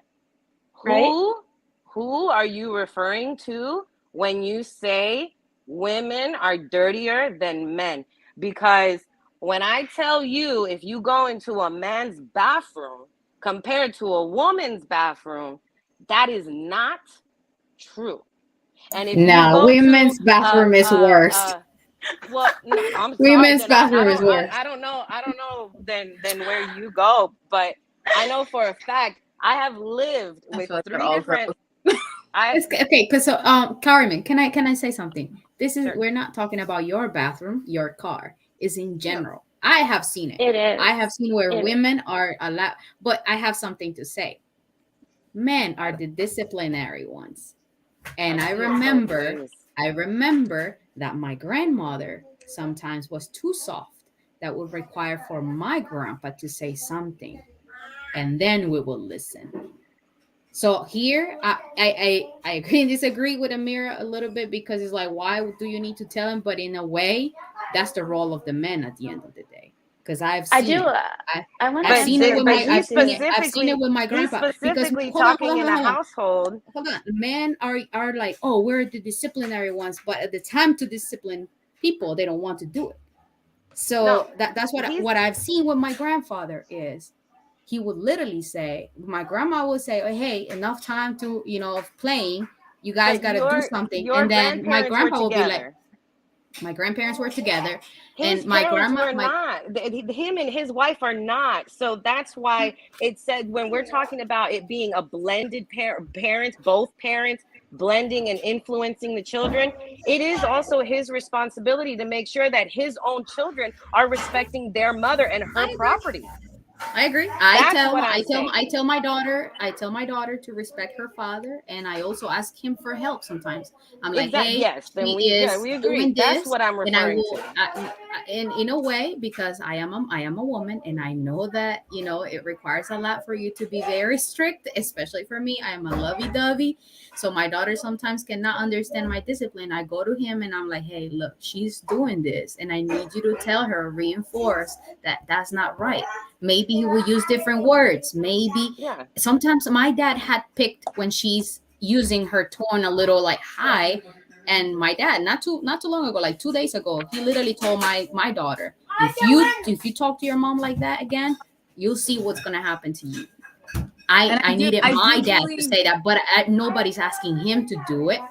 He just did it, but that's because that's what a man is supposed to do.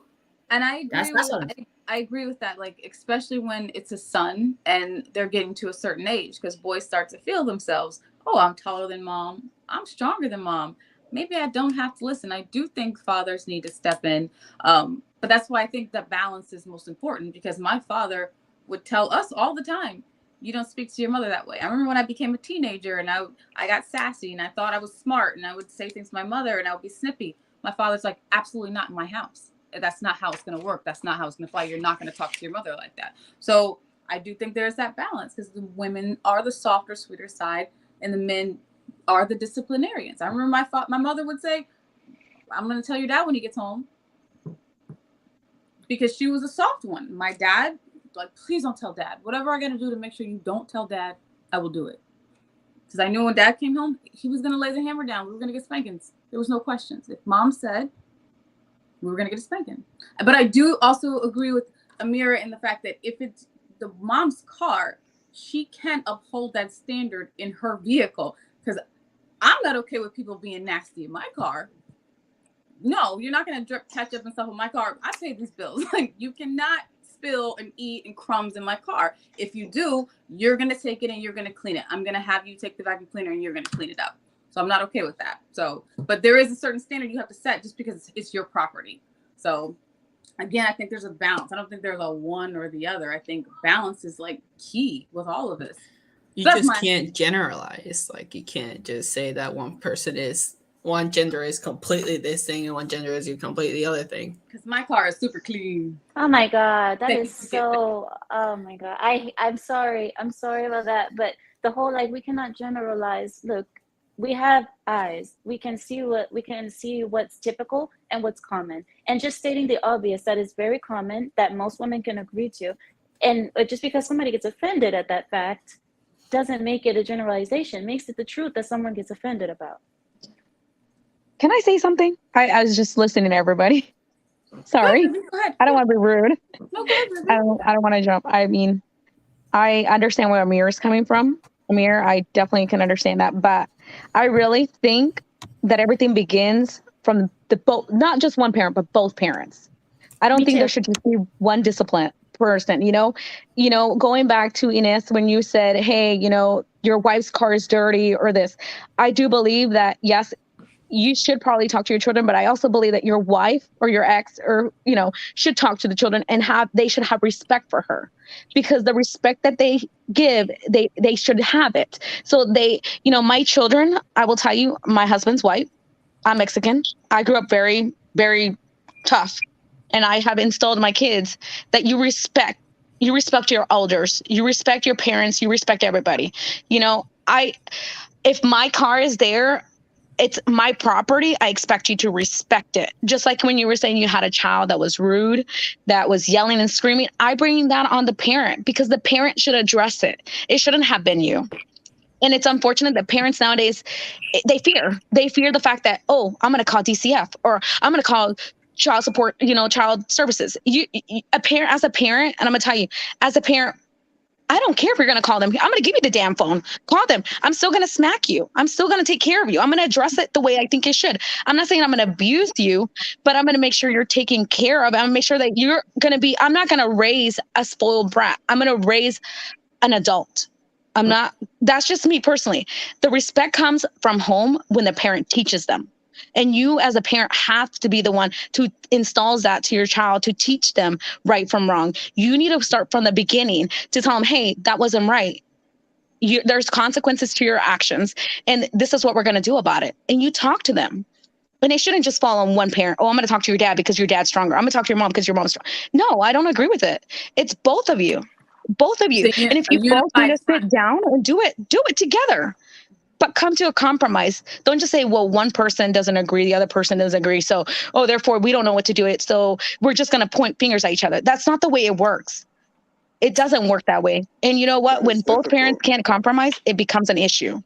Yeah, but it's difficult to compromise if you're not in the same household. So basically, that's where the problem came, because we weren't in the same household. So when if I'm not there, and if I'm not there in their house, I'm in my own house. They come to my house, they respect my house. They go to, they live with their mom, they do whatever. The issue was, and I pointed this out to her many times, she was more interested in being their buddy, their best friend, instead of being their mother. And she couldn't understand, to up to today, when I talk to her, we will still get in a heated conversation and say, you chose to be their friend and not their mother. Had you been more of their mother and some of their friend, we'd be all right. We wouldn't have some of the issues. And she actually listens. So she's actually coming to grips with that some 20 years later, understanding that you're a parent first. And that's the problem with most of today's parents. They have no that if you open up the dictionary for those people that had children, parents not even in their dictionary. They can't even find that word because they don't understand what a parent is. They don't understand it is their job to mold and to be a role model and to guide them. And if they start going down a path, the wrong path, you grab them by the scruff and say, no, this path, on this path, that way. And they'll have some resentment, but they always, you listen to the stories of successful people, and they thank their parents for grabbing their hand on certain occasions to make sure they didn't go down this path and they went down that path. So, and that's all I'm trying to do. Like, it's not too late. My kids are 22 and 20, but I see there's still like a lot for me to do. Like, I had the conversations with my daughter. Do you understand the role of a wife? Do you want to be a wife? Yeah, I want to be a wife. Like, well, what's wifely duties? How do you complement? How do you find the man? How do you find someone that's for you, someone that's not gonna, so you don't end up like the rest of society and what's going on today? We have these conversations. We're starting to have these conversations and getting her to understand. Just because you're 22, just because you're in college and you don't know it all. And she gets upset when she starts talking, and I tell her, hey, hold on, I don't care what you say, I don't care what you stop. But see, that leads to communication. It doesn't. You have to communicate between both of you, even though you don't live. You have to both communicate. Hold on a second. You're doing what my daughter's doing right now. You're just instantly replying to me to tell me what and this is what's happening now. It's taken a little bit. She's actually starting to listen now and see that I'm not trying to do her wrong. So she has an opinion. I know you have opinions. Everything you're giving me opinion about, I've done already. So you have a choice. You're going to learn from your father, or you're going to take your opinion and you can go up the road with it. You're becoming a big woman now. So I want you to be successful. You have a choice. So, and this is, and in doing this, what happens is, because I can speak to her and guide her, that man that comes along that wants to marry her and guide her and teach her can do this, because because now she understands, she's been taught how to listen, um, and comprehend what's going on, not get offended by someone who says, "No, I don't like chicken like that," or whatever, something simple. She learns, the submissiveness comes in, but she learns how to be a woman, and she learns how to be a wife, and she learns how to, just so she can have a successful family. We did, my ex-wife and I didn't have a successful family because we couldn't put those two things together. My ex-wife was a modern woman, made lots of money, in charge, and she, as far as she's concerned, because she made the most money, she didn't have to listen to me. So, and that's where we went wrong. So I'm just teaching this to my daughter. I'm the man. I'm your father. I'm the man. I'm going to show you tons of respect. I'm not going to stomp on you or mistreat you. I'm going to hug you. I'm going to love you. But there are certain things that you need to sometimes listen, and then we go down the road together successfully. So hopefully the man she marries, she goes down the road with successfully. I I kind of agree, but I don't agree 100%. I'm sorry. I know I've you been don't. married. I'm I know married, you don't. and I'm gonna tell you, I'm married, been with my Mm-hmm. husband for going on 18 years. Mm-hmm. So I feel like I have something successful here. We've been married going on 14 years. So with that being said, yes, I do think that we should listen, but I also feel like there should be some type of communication. You have to communicate with each other and you have to agree. And there's going to be disagreements. We're not always going to agree. You know what? And there are times you have to walk away and you have to come back and talk. But I don't agree that you should just that's your wifely duty. I don't agree with that. I No, I just didn't think say that, that. I didn't say that. I didn't say that. I didn't say that. You learn where it's needed for you to speak up. I'm gonna give you an example of my grandparents. And I was telling this to Kelly. My grandma and grandpa used to sit out on the porch for hours. My grandpa would read his newspaper. My grandma would knit, do her knitting. And they say nothing to each other. They were married to death do them part. They say nothing. They had the best relationship ever. We didn't want for anything. And it wasn't like today's lady. You need to vocalize everything. You need to tell me what you feel. And I watch my grandparents. I'm like, wow, how did they get like all of this? And the communication was there though, but it wasn't. There was no need to. I am woman, hear me roar. It just wasn't necessary. It wasn't necessary. And it's Okay, Kelly. give me just a moment. I know Sayeda said she has to go. I wanted to make sure she had a chance to speak on this before she leaves. Did you have anything else to add, Sayeda? Well,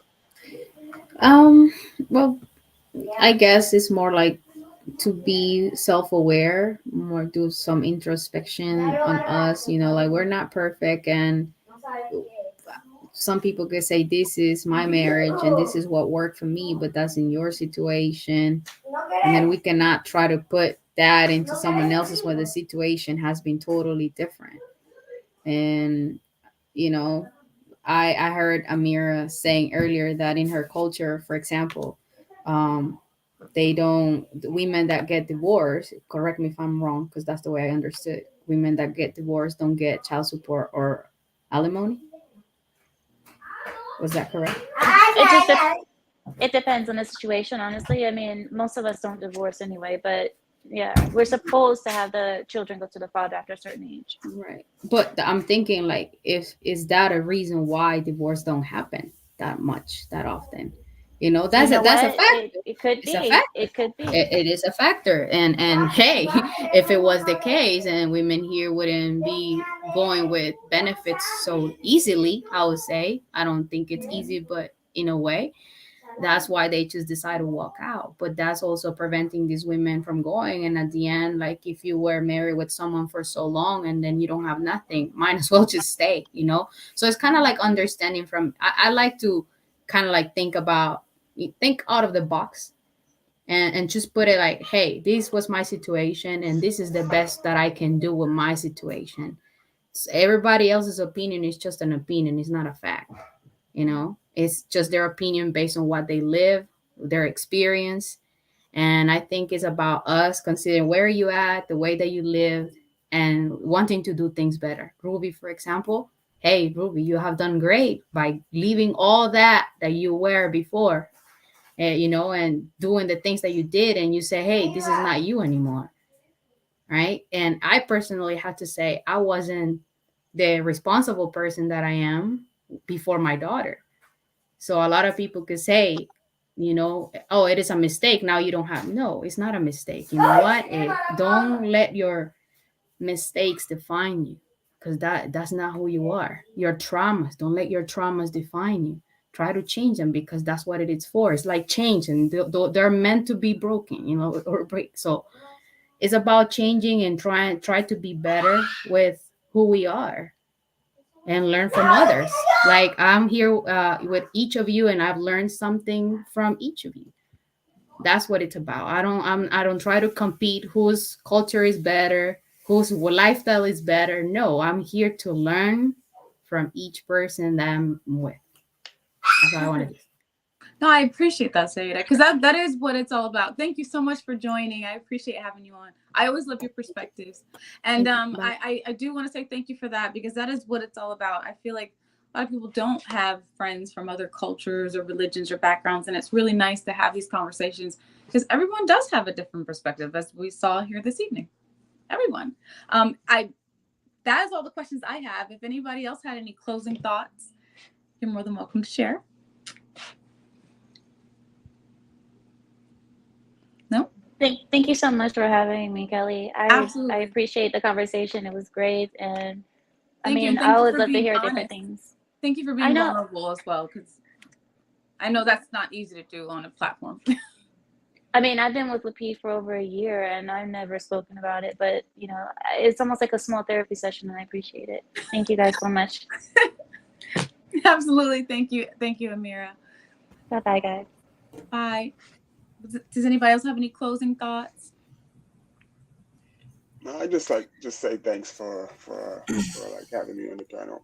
Absolutely. It was cool. It was cool to be able to just talk and Ruby, just now you showed me something just now, like says a lot.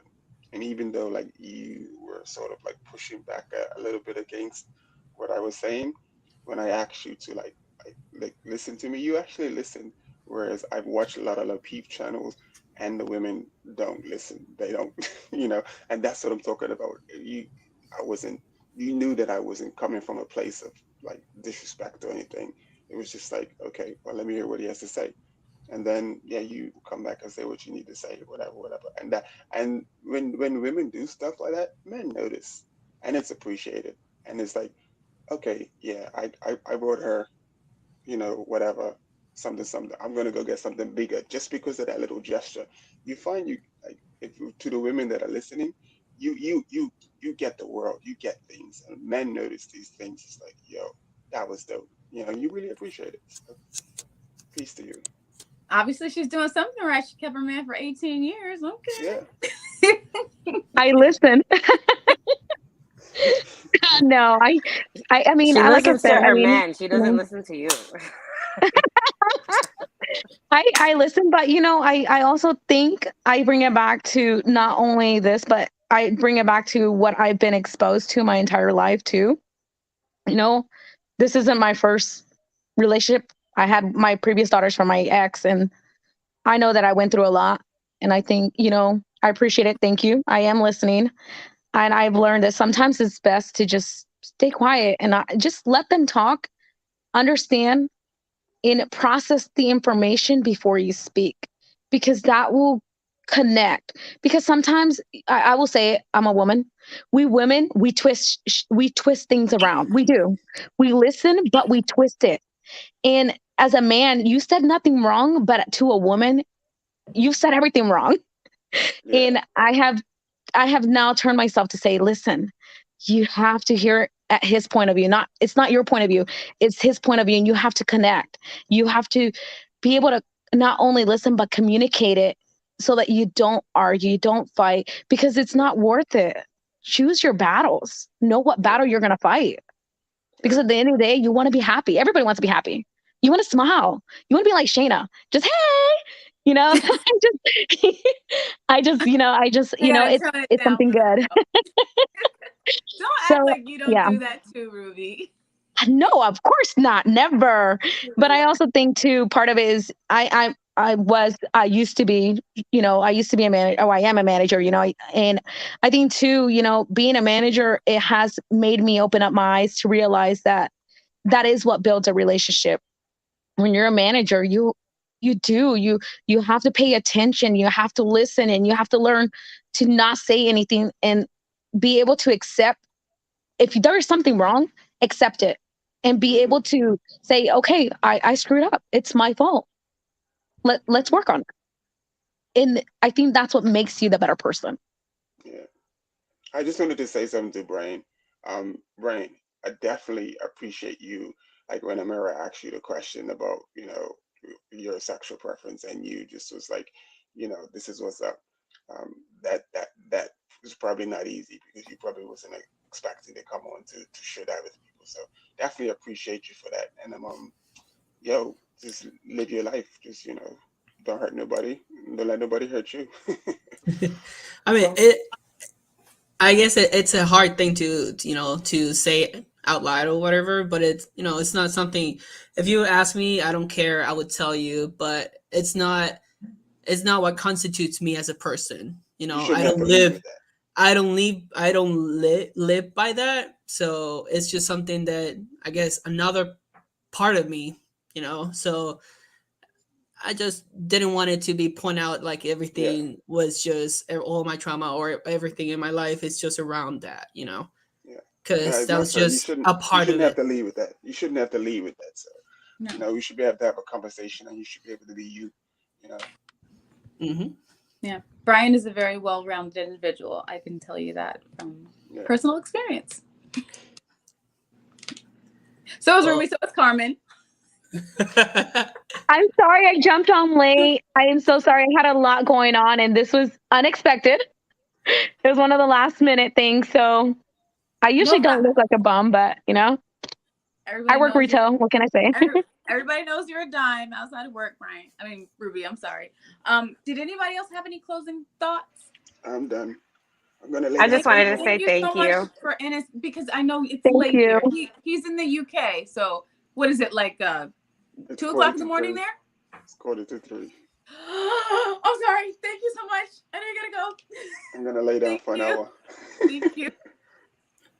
And Carmen, what you were saying? Oh, I was just saying thank you. And just the little I heard from Ruby, having 3 children in the teenage years, I actually look forward to more discussions and more things that relate to you and the way that you raise your kids, because mine are so young. So I'm intrigued. But thank you for inviting me to the show. Absolutely. Thank you so much for coming on. And I want to hear Brian talk a lot more. Like, I feel like I can just listen to him all day. Yeah. Brian is fun. He's like everybody's best friend. Brian is amazing. I love Brian. Love Shayna too. I'm like, wait. Love Shayna too, but I love you guys all. It's definitely nice to meet you, Shayna. Thank you. I'm sorry I was late. I sincerely apologize. I'm not late, so I know. I'm sorry. I know. I appreciate you coming. I appreciate everyone that joined, and you're all welcome to come back next Wednesday, if you'd like. We're going to be here every Wednesday at 8 p.m. Eastern time. Thank you. Thank you. Have a great Bye. Bye, you guys. Bye. Thank you for joining. Bye.